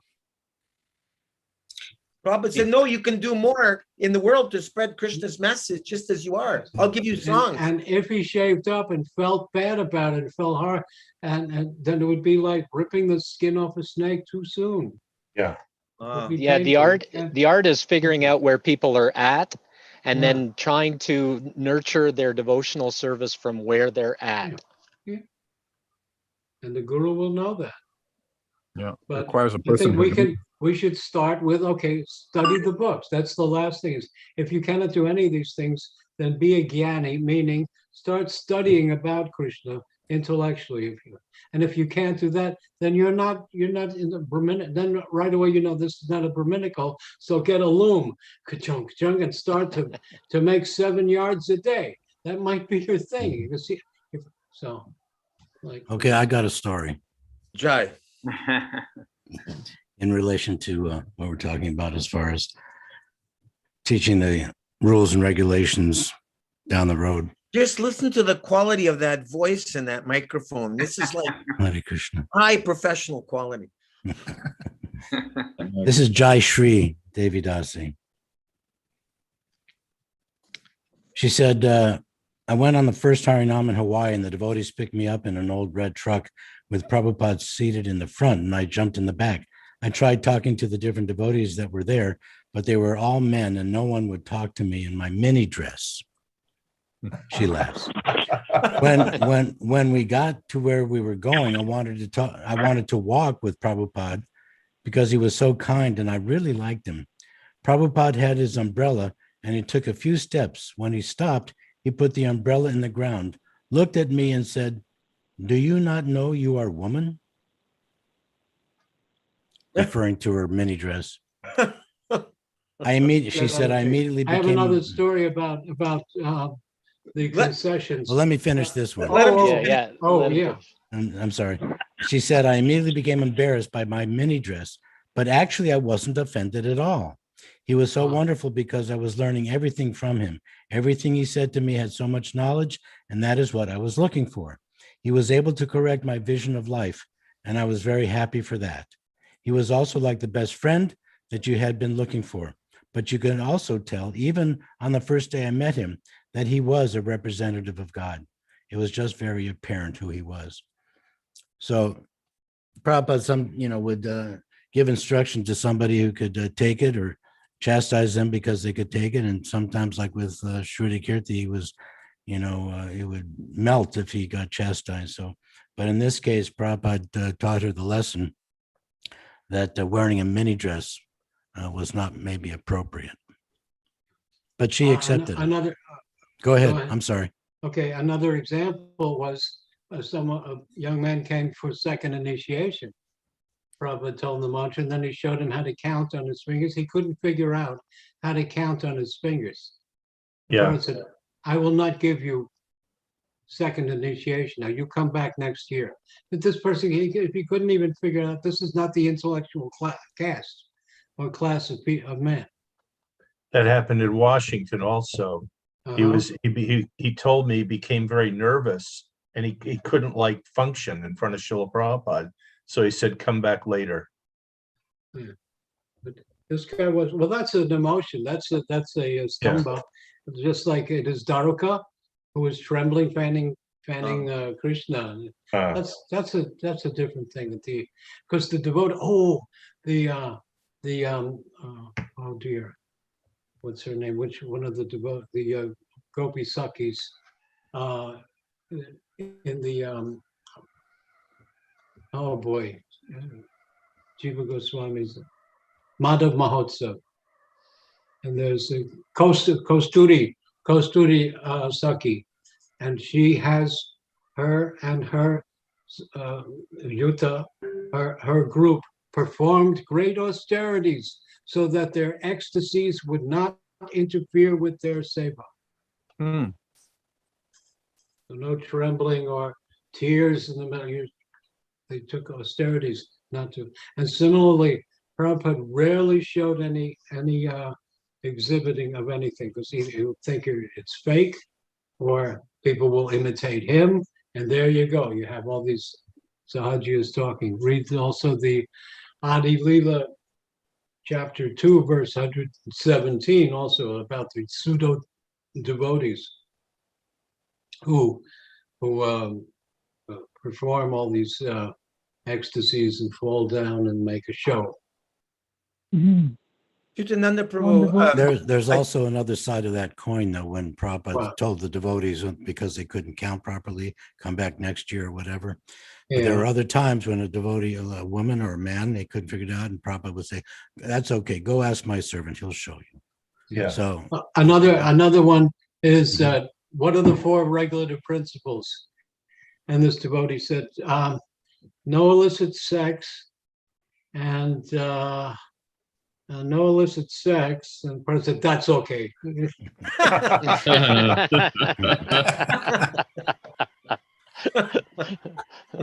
That's the best one. Regarding an earlier question asked by Madan Mohan, he's asking about what do you think about the feminist lobby within our movement? So some devotees have brought this point to my attention, and I'm trying to get some clarity on this, because one of the points being that in Srila Prabhupada's time, we did not have female temple presidents. We did not have any female GBCs. Now, some would say, well, hey, whatever works. If women are going to be better temple presidents than men, why not let them take up that service? If they're going to take up a GBC service and men won't do it or can't do it. Whereas others will say, no, it's not the role. This is against Varnashram Dharma. You should not have a woman in the role of being like a kshatriya running an entire giant community. So there seems to be conflicting views on this. And I'm wondering, Acyutananda Prabhu, from your point of view, do you see this as an innovation and as a progressive development? If I could just say, Gore, Prabhu, sorry, but Prabhupada did allow Jamuna and what's her name? Jodharani? No. Govinda Dasi. Malati. No. Govinda Das. No, the one she was living, Govinda Dasi, yes. No, they were living together. Dina Tarine. Dina Tarine. Yeah. Prabhupada did tell them that they could live in an ashram together and they could, run it as a temple and be separate, and it's for women.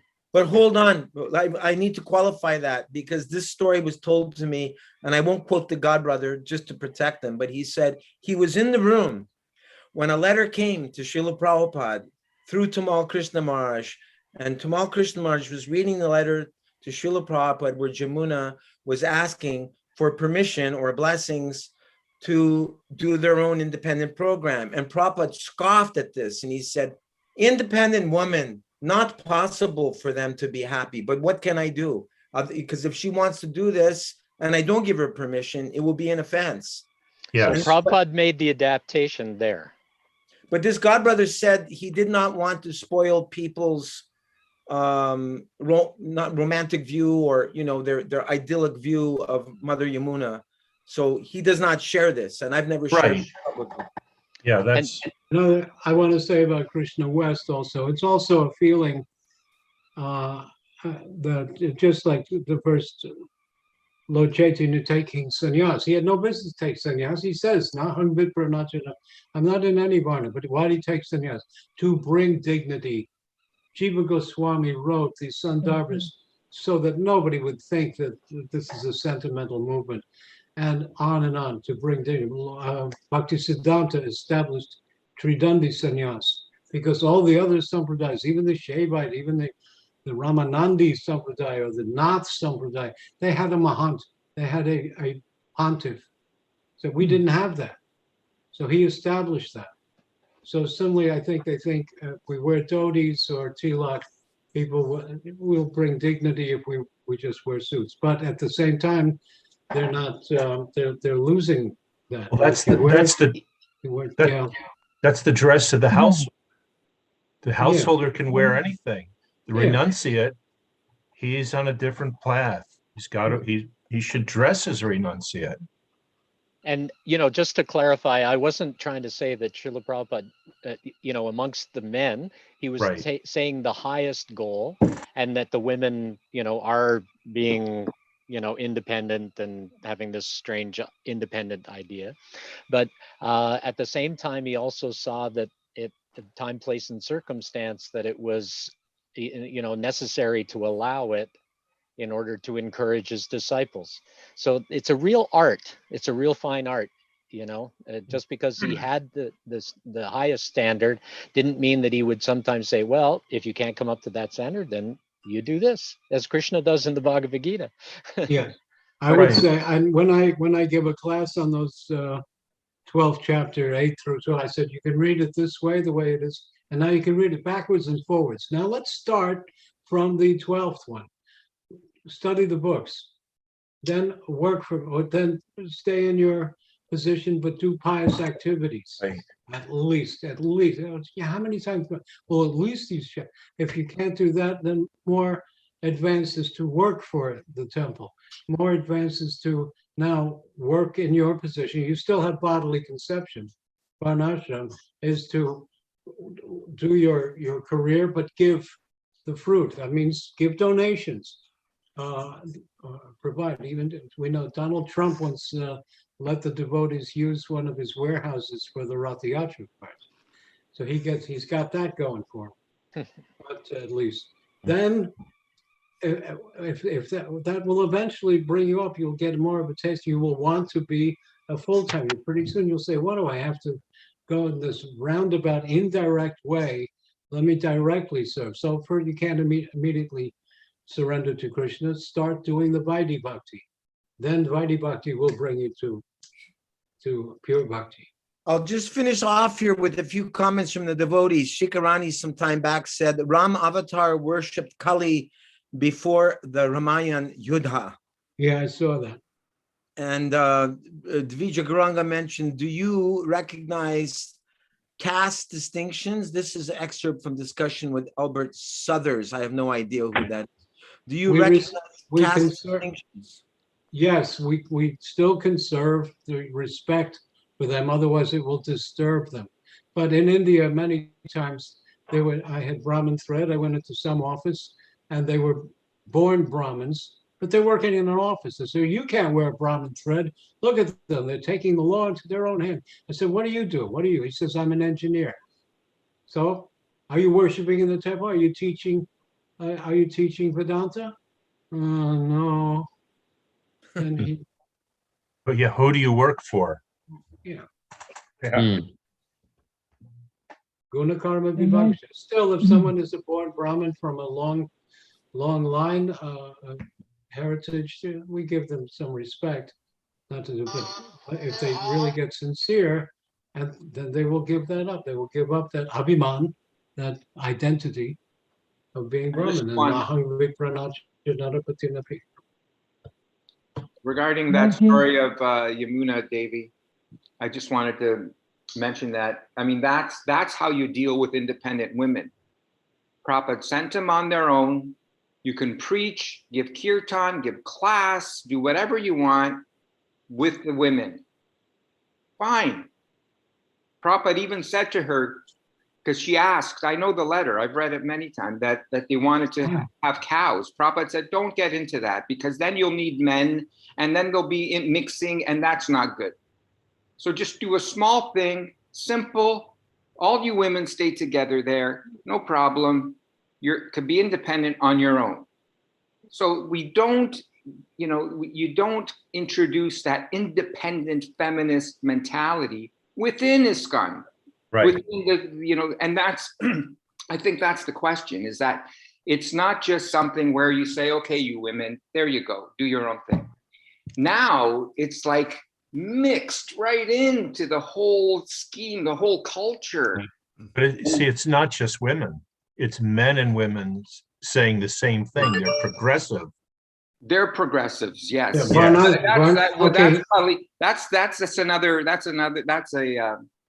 a word, a synonym for the Kali Yuga culture. That's all. Yeah, Progressiveness is Kali Yuga culture. In Varnashram Dharma in India, there's a mutt. The mutt is sannyasis and brahmacharis. There's no women. No women. Women go from the don't have father's that. house, from the father's house to the husband's house to the son's house. That's right. Like that was my question, is how does this plan your Prabhupada's offering, what does that fit into? We must protect women. Women have to be protected because you do your own thing with another bunch of women, and how does that fit in with we're supposed to protect women in our society? Yeah, well, it don't fit. About Ram worshiping Kali, yes, Ramchandra was the ideal king. So kings also do sacrifices and worship to other demigods. But just like the president, or he may have a special honor to the warden of the prison, or the chief of police, or an FBI. Oh, look, if you don't know who's who, you'll think that he's the FBI or the CIA director is higher than the president. No, so because Ram also worshipped Shiva. We show respect for that, because he was only coming as a human being at that time, a king. Sridhar Maharaj used to say, did I say this another time? Sridhar Maharaj used to say, Ram Leela is Krishna Leela in reverse. Yes. Did I tell that Yes. once? Yeah, you did. But Okay. Explain that. say Explain that. Say again. yeah, Ram Leela is Krishna Leela in reverse. Yes. Please give a short explanation. Ravana kidnaps Sita. Krishna kidnaps Rukmini from Shishupal, who was one of the Jai Vijayas. Right. Ramchandra's in the forest, and he's always trying to get back on the throne. Krishna's in Dwarka on the throne, and he's longing to also be back in the Braja forest. There are probably more. There's also Vibhishana defects from Ravana and comes to Ram. Bhishma stays in, he's devotee, but he goes over to Duryodhana's camp. So if somebody wants to really study it, they can find some more of these. Sridhar Maharaj, before meeting Bhaktisiddhanta, was a Ram Bhakta, so it took a while for him to come to understand, especially Madhurya. And big concession with Jiva Goswami had disciples who would not accept Parakiya Bhav, that Krishna is with married gopis who have husbands at home. Some of them had babies even. They would not accept. So he said, oh, okay, they really did get married by Gandharva system. Another version. So not that, okay, I reject you. You're wrong. These at that level, it has to be talked like just like people some say. We went over this that Prabhupada may be cowherd boy or Madhurja. Sridhar's told me directly he's Madhurja. But if he tells someone else something, or Prabhupada tells someone, Prabhupada told Govinda Dasi that he's cowherd boy. Yeah, Sridhar Maharaj That's told, the way she saw him. And Murari Gupta says, no matter what you do, Mahaprabhu, you have shown me your Radha Krishna form, I still see you as Ram. In the presence of Krishna, of Lord Chaitanya. yeah, So this is your internal identity. And Anupam also. I just wanted to mention to Pradyumna Prabhu that your question regarding the protection of women, you know, they don't want, I mean, if you were to say or suggest that they require protection, I mean, what would be their response, generally speaking? We're talking about a very twisted society. I don't think anyone Okay, needs to but answer that. we're talking about, you know, those that we're preaching to, right? yeah. Yeah, but So you know, they it goes have to deep. be, Yeah, if they're not, if they can't understand that they need to be protected, then how exactly are they going to understand anything Prabhupada says regarding gender roles and varnashram or anything like that? There's no question. exactly, and that's it goes If much they're deeper than that. fortunate, Like, if they're fortunate, like the lady with the mini skirt, and they accept it, that yes, I accept, then they're very fortunate. Yes. They get Otherwise, insulted, and then exactly. I'm wrong. You know, And many times Prabhupada says in his books, you know, you should never trust a politician and a woman. So That's he says Janaka that Pandit. many times. So what are we saying? Are we saying that when we practice and we become pure devotees, that we're no longer men and women, so this does not apply anymore? Or is it black on white? Hey, we you should identify. You trust completely, politicians or women. you completely identify with this Atma Rama. That you're not the body, and the female may not be the body. There was a controversy over Mirabai meeting with Rupa Goswami. Okay. But Prabhupada said he may have met with her because he sees everyone. There's only one Purusha, is Krishna. And Sanatana and Rupa Goswami were former ministers, so they would settle up some of the disputes of the local Brajavasis and living in Vrindavan all the time. So they met with women. They never say, I cannot see a woman, you know. Like Prabhupada would talk about, Ram Krishna would say, when I see money, my hand goes like this. Prabhupada said, when I see money, my hand goes like this. Yeah, no, I'm not saying I'm not saying we should be against women. I'm just saying, like, Prabhupada says we shouldn't trust them as like leaders or whatever it is. You know, it doesn't mean that women are bad. I have a wife and kids. The woman's whole psyche is, until she's thoroughly devoted, whole psyche is to deliver children. Their bodies are made to create flesh. Prabhupada once told me about his sister Pishima, and he said, he looked at me, he said, why is she so fatty? And he said, I guess it is the nature of woman to produce flesh. But this is the thing, and that's why when they are old, 50, 60, and they can no longer bear children, they have psychological problem. Again, those wonderful 5-10 years, they call it change of life. I am no longer a woman. I'm not worth anything anymore. That's all I'm for, is to create children. So this affects them as psychosomatic, body, mind is there, that their creative impetus is lost again. So they think that as soon from puberty till they're 50, 60 years old, when they lose that, maybe they get one clear day. How do you see that? How do you interpret that when Prabhupada says repeatedly in Bhagavatam that we can't trust politicians or women? That's what does from that Chanakya. mean to us? That's Chanaka Pandit. Yeah. Yeah, I know that, but what does it mean to a devotee? Because we're trying to disassociate. I am a man, I am a woman, I'm black, I'm white. Srila Prabhupada said that that's for mundane men, mundane women. Our women are devotees. They're a different class because they're daily going through purification. But they can also, I spoke to a devotee who was married, and I said, you know, in India, householders stay in their houses, the brahmacharis. He said, yeah, but Prabhupada had married disciples that were thoroughly devoted to preaching, distributing books. Yes. And he praised Shamsunda, Mukunda, and Gurudas. He said, you have gotten to London and been a success, and my Guru Maharaj sent sannyasis, and they could not do anything. But you householders are breaking through, which the sannyasis could not do. But it depends, you know.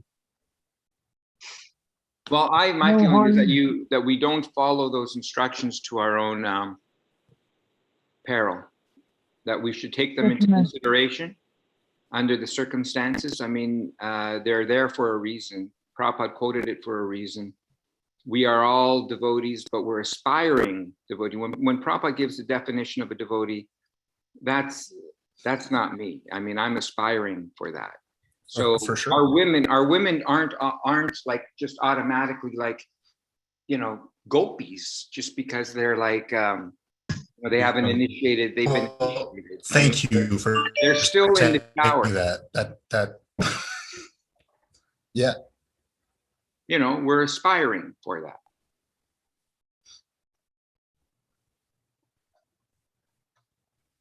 But then you may as well say never trust a man either, because we're all conditioned, right? So we're all conditioned the same. Yeah. That's true. It's a question of degree. And if they come to Krishna, then they really take to it, then they will be transcendental to them. They'll become Brahma Bhuta. That's right. Look what some of the men have done. I don't think anyone should take sannyas until they're 70. That's another interesting thing. The scripture says it's illegal to take sannyas now, and everybody's lining up for sannyas. It's like, what? I think there was a Bhaktivedanta Muni Maharaj who took at age 90, I believe. Yeah. Right. Yeah, he accepted He was sannyas. initiated. He was given sannyas with Prabhupada. Right. But that sannyas means the karma sannyas, meaning that you just stop any kind of activity at all. You know, like Rishabh Dev. It's very funny. The artists didn't understand.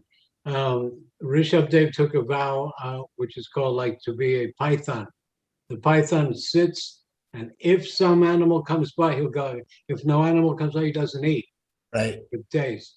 So they drew a picture of Rishabh Maharaj Rishabh Dev lying on the ground looking like a snake. You know, it meant the principle of waiting, whatever. I knew I was in Rishikesh for a month, and there were sannyasis that say we only eat what fruits fall from the tree. When they fall down, then we take. We don't even. They're really. I don't know how many of those nature is still there. Final comment from Madan Mohan to end the evening here. He says, it's a letter from Srila Prabhupada from 72 to Sudam that I've noted the contents carefully. So far, the roadshow and this yoga village are concerned. These things should be stopped. Simply perform our kirtan. If we divert our attention in this way, the whole thing will gradually deteriorate. He is going far away. All these things are nonsense inventions. Such an inventing spirit will ruin this movement. People may come to see, some will become devotees, but such devotees will not stay because they are not attracted by some show and not by the real thing or spiritual life according to the standard of Lord Chaitanya. Our standard is to have kirtan, start temples. What is this roadshow? Yoga village. It will be another hippie addition. Yes. Gradually, the Krishna consciousness idea will evaporate. Another change, every day, another change. Stop all this. Simply have kirtan, nothing else. Don't manufacture ideas. Hoping this meets you in good health, your ever well wisher, A.C. Bhaktivedanta Swami. Yeah, no, I love that. I never wrote a song. You have to be a realized soul to compose properly. Damodar Swarup in company of Lord Chaitanya, he is Lalita Sakhi also. He would, many people came with verses and songs in praise of Lord Chaitanya. They had to be screened by Damodar Swarup, and he would reject them, that this is a mistake, this is wrong, this, yeah, you can't just write. And by the way, in my view, it's all the rock and roll bands. What about the people who don't like rock and roll, like me? I think it's rubbish. There's 3 chords. Please. And if you're a great musician and become Krishna, like George Harrison, he's world-class musician. Right. He's adding Krishna consciousness. They are, deluded to think that they're musicians, and they're adding rock and roll. They're supposed to be devotees, and they're bringing in rock and roll, which is dirty bar sex. You know what rock and roll means? Sex. That's what it meant. When it came from the blues, that was a blues expression for sex. Rock me baby all night long. Well, could always dance the minuet. I put in my book, the waltz was the first dance where a man would put his arm. In Germany, some dukes and earls, they banned the waltz for being too erotic. Yeah. Because that was the first, and you would sway. Oh, terrible. Before that, the minuet, you just hold maybe a finger. Cicero, 2,000 years ago, Cicero said that dancing is like vertical sex. Yeah. He condemned it. He condemned it. Oh, Krishna. Cicero. Hare Krishna. Cicero, C-I-C-R. Also, when I joined Sorry, buddy. in Henry Street, Bhavananda was the president, and but the temple was actually run by Palika, his wife. She was a good manager. He could give a good class and a good kirtan. He was not quite the managing type. So Palika was running it, but he was the president.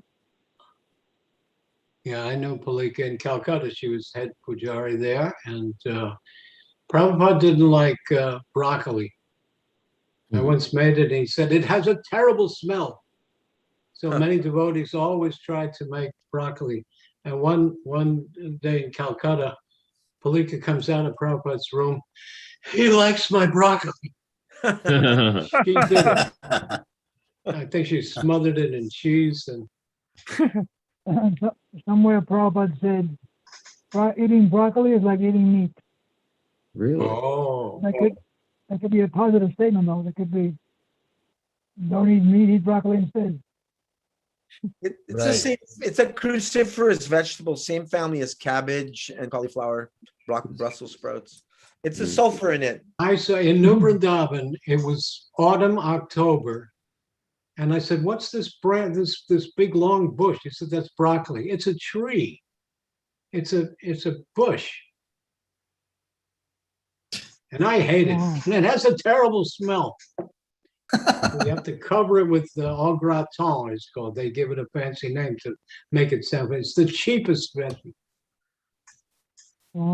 But it has a lot of anti-cancer qualities to it as well. I'd rather have cancer. Wow.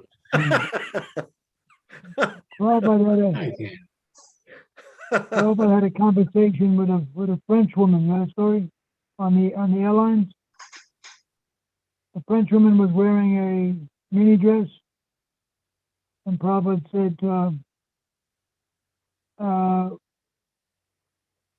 your legs are exposed.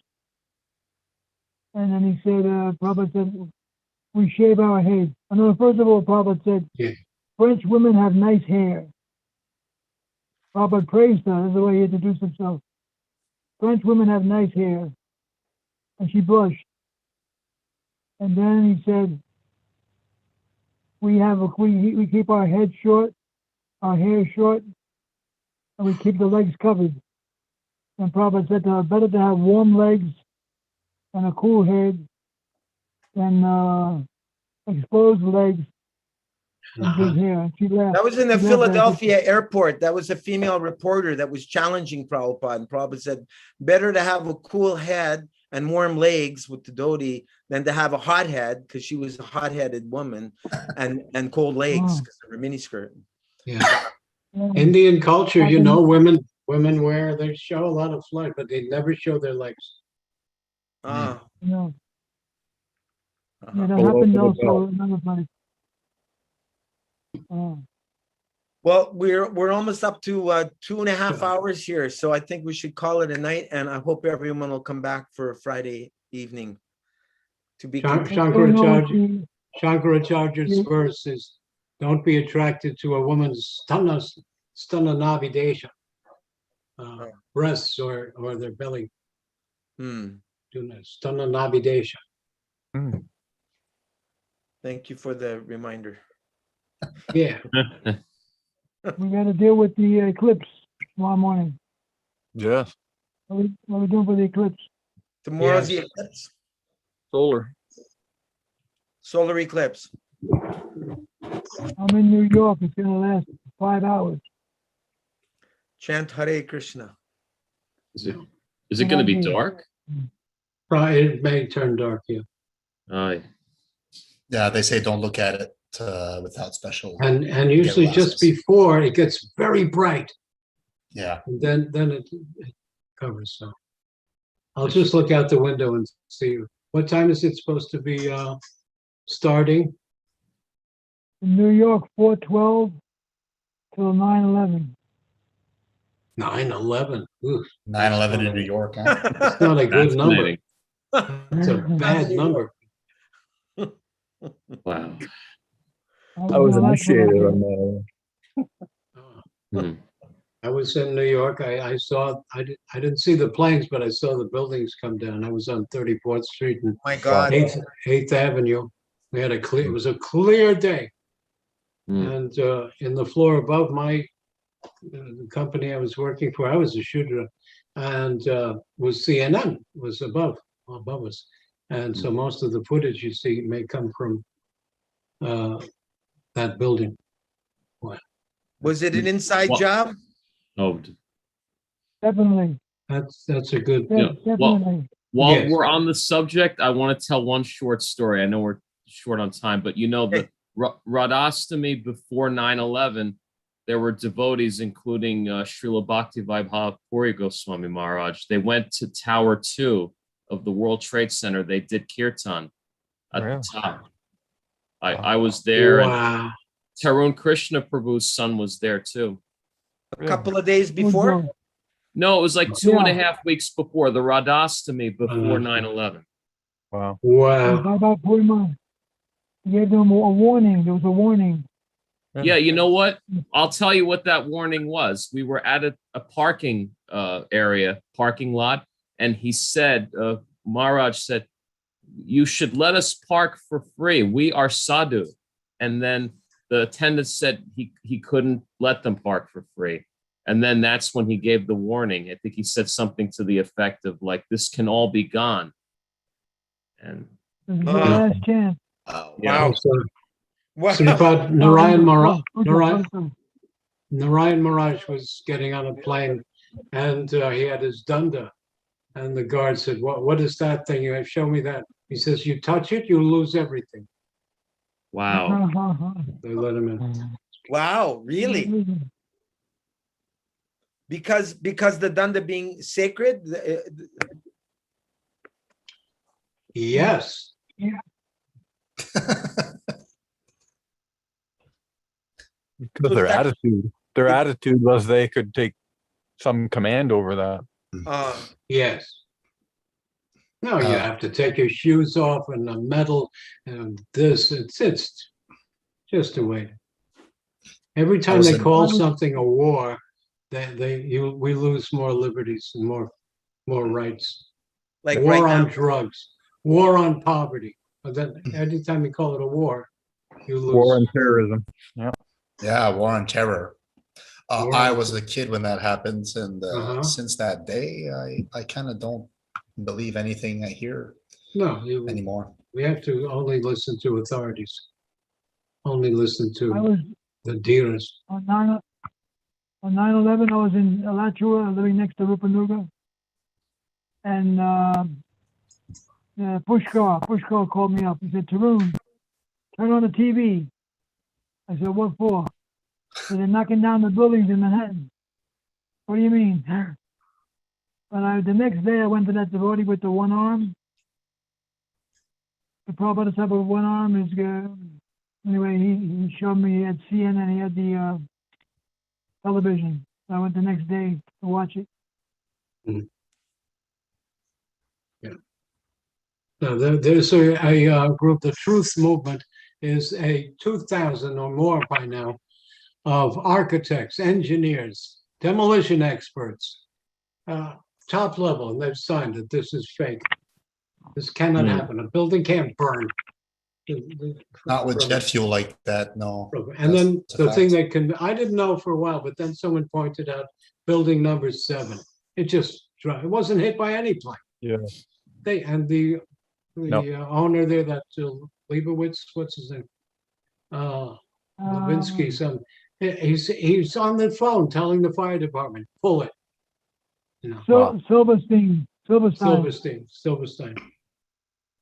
But then what's the And there's a British news lady in front of building number 7 said, and building number 7 has also now collapsed.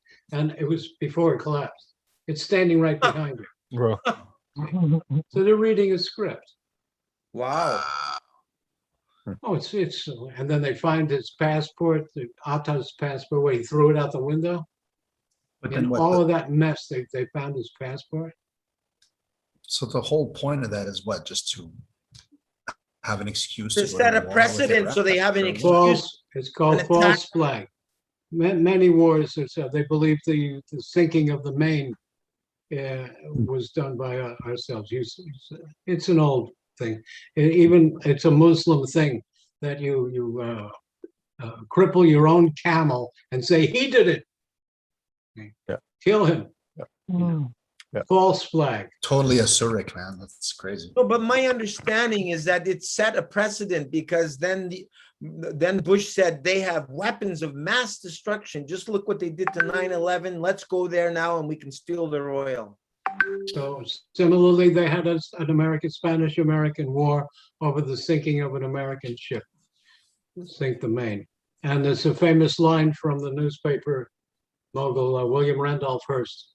He sent reporters to Cuba. He said, there's no war here. He said, you send me photographs, I'll provide the war. Famous line. Who said that? William Randolph Hearst. They can just trump this up. He's one of the characters in The Wizard of Oz. Yeah. You know, this what was that Spanish-American War. Also, the Silverstein, he insured the buildings of the 7 buildings for $30 billion a few months before. That was a nice reaping of the profit. Like just like right now, so much of what we're experiencing, this pandemic, is a scamdemic. It's contrived. It's blown way out of proportion, in my not so humble opinion.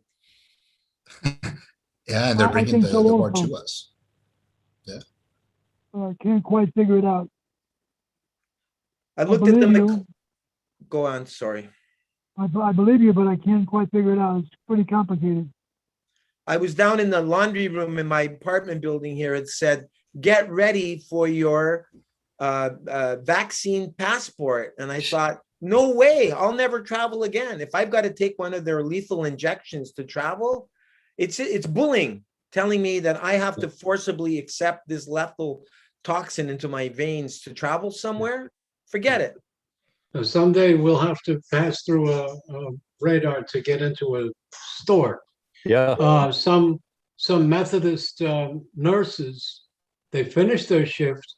They were told, like the Muslim factory, everyone must be vaccinated or you'll be fired. Now, they didn't quit. They finished their shift and they said, well, I'm not coming back. I put my gloves back on, went home. And now and then they said, you cannot come back, and they're suing that hospital. Good. Hmm. Big, so big. Where was that? Middle America, Was it somewhere in the Florida? Midwest, in the Gonna get Midwest. nasty. Yeah. Do you think? I know the other word is it's a Methodist hospital. That's how I. Do If you you think can this look up thing, Methodist staff, 10% of the staff said we're not taking the shot. Even devotees are falling for this. You see the ad. You can't take you can't take a devotee bus to go to the New York Rath Yatra unless you're vaccinated. Right. They're even posing that Correct. on ourselves. Really? That's Oh, boy. yeah. And some people are saying, some swamis are saying, like, we don't want you temple residents to not be vaccinated. If you want to visit, that's fine, but all temple residents should have it. And I'm just wondering, do you think that this conspiracy will dismantle, or are we actually going to see this thing go through? Because that's insane, right? Wearing this mask is so dehumanizing. It's insane. Yeah. How they managed to get Jaya the Dvaita- whole Jaya- planet to do that. Jaya Dvaita Swami said he got the second shot and got a terrible reaction and said, I would not recommend it. If I knew that, I wouldn't have taken it. Eric Clapton said he thought he'd never play guitar again. His whole body went numb for 10 days. That's this thing. Did I say it here? I just saw it today. Part of in the vaccination is something called magnification, something that delivers this serum. It's not even a serum. It's something that delivers it to your body. Now, every part of your body and every cell is not supposed to get this chemical, but this is extra delivered into your brain cells, into your bone and bone marrow, and it's causing paralysis. As And soon as that my neck, famous Hank Aaron said, I'm going to set the example for my people and take the vaccine. He died. Hank Aaron died Yes. from the vaccine. After he took the shot. Wow. same thing with That's the an- Minister of Health of India. That's Yes. the example. If that's setting an example, then yes, don't take it. I've seen the Black community here. They all wear masks though all the time. Our Minister of Health, Prahladanandan Maharaj, was just removed as Minister of Health because he was not supportive of the allopathic approach. He was promoting Ayurveda. They took him out. So where's the Varnashram Dharma? You're rejecting a whole system. I just saw his video. He's been rejecting. Very Where good. is Pralananda? Where is Pralananda? He's in Mahavishnu Swami's on his way to visit him. He's in Slovenia. He's in Europe. Oh, I was with him when he opened up the Austin Temple. Way back That's with a very- Dhamma Bhavana. It's a very good point, Acyutananda Prabhu, that by rejecting Krishna's system of medicine, you're rejecting Varnashram. I have a letter from Prabhupada where he said, on our farms, we will have Ayurveda. Prabhupada didn't say on our farms, we will have pharmaceutical manufacturing corporations. That's not sustainable. Oh. said everything, We had a piece of ginger on our plate every morning. Piece of ginger, cut orange, very Ayurvedic breakfast. Chutananda, you were going to say? No. Oh, okay. All right, 20 to 11 here. Let's call it a night, and I hope, Krishna willing, I hope I'll see you all on Friday. Forward to it. Pancha Kalavatarubhyasya Krivasindhubhyaya Patitanang Srila Prabhupada ki jai, Nitai Gaur Premanandi. Hari Hari. Haribo.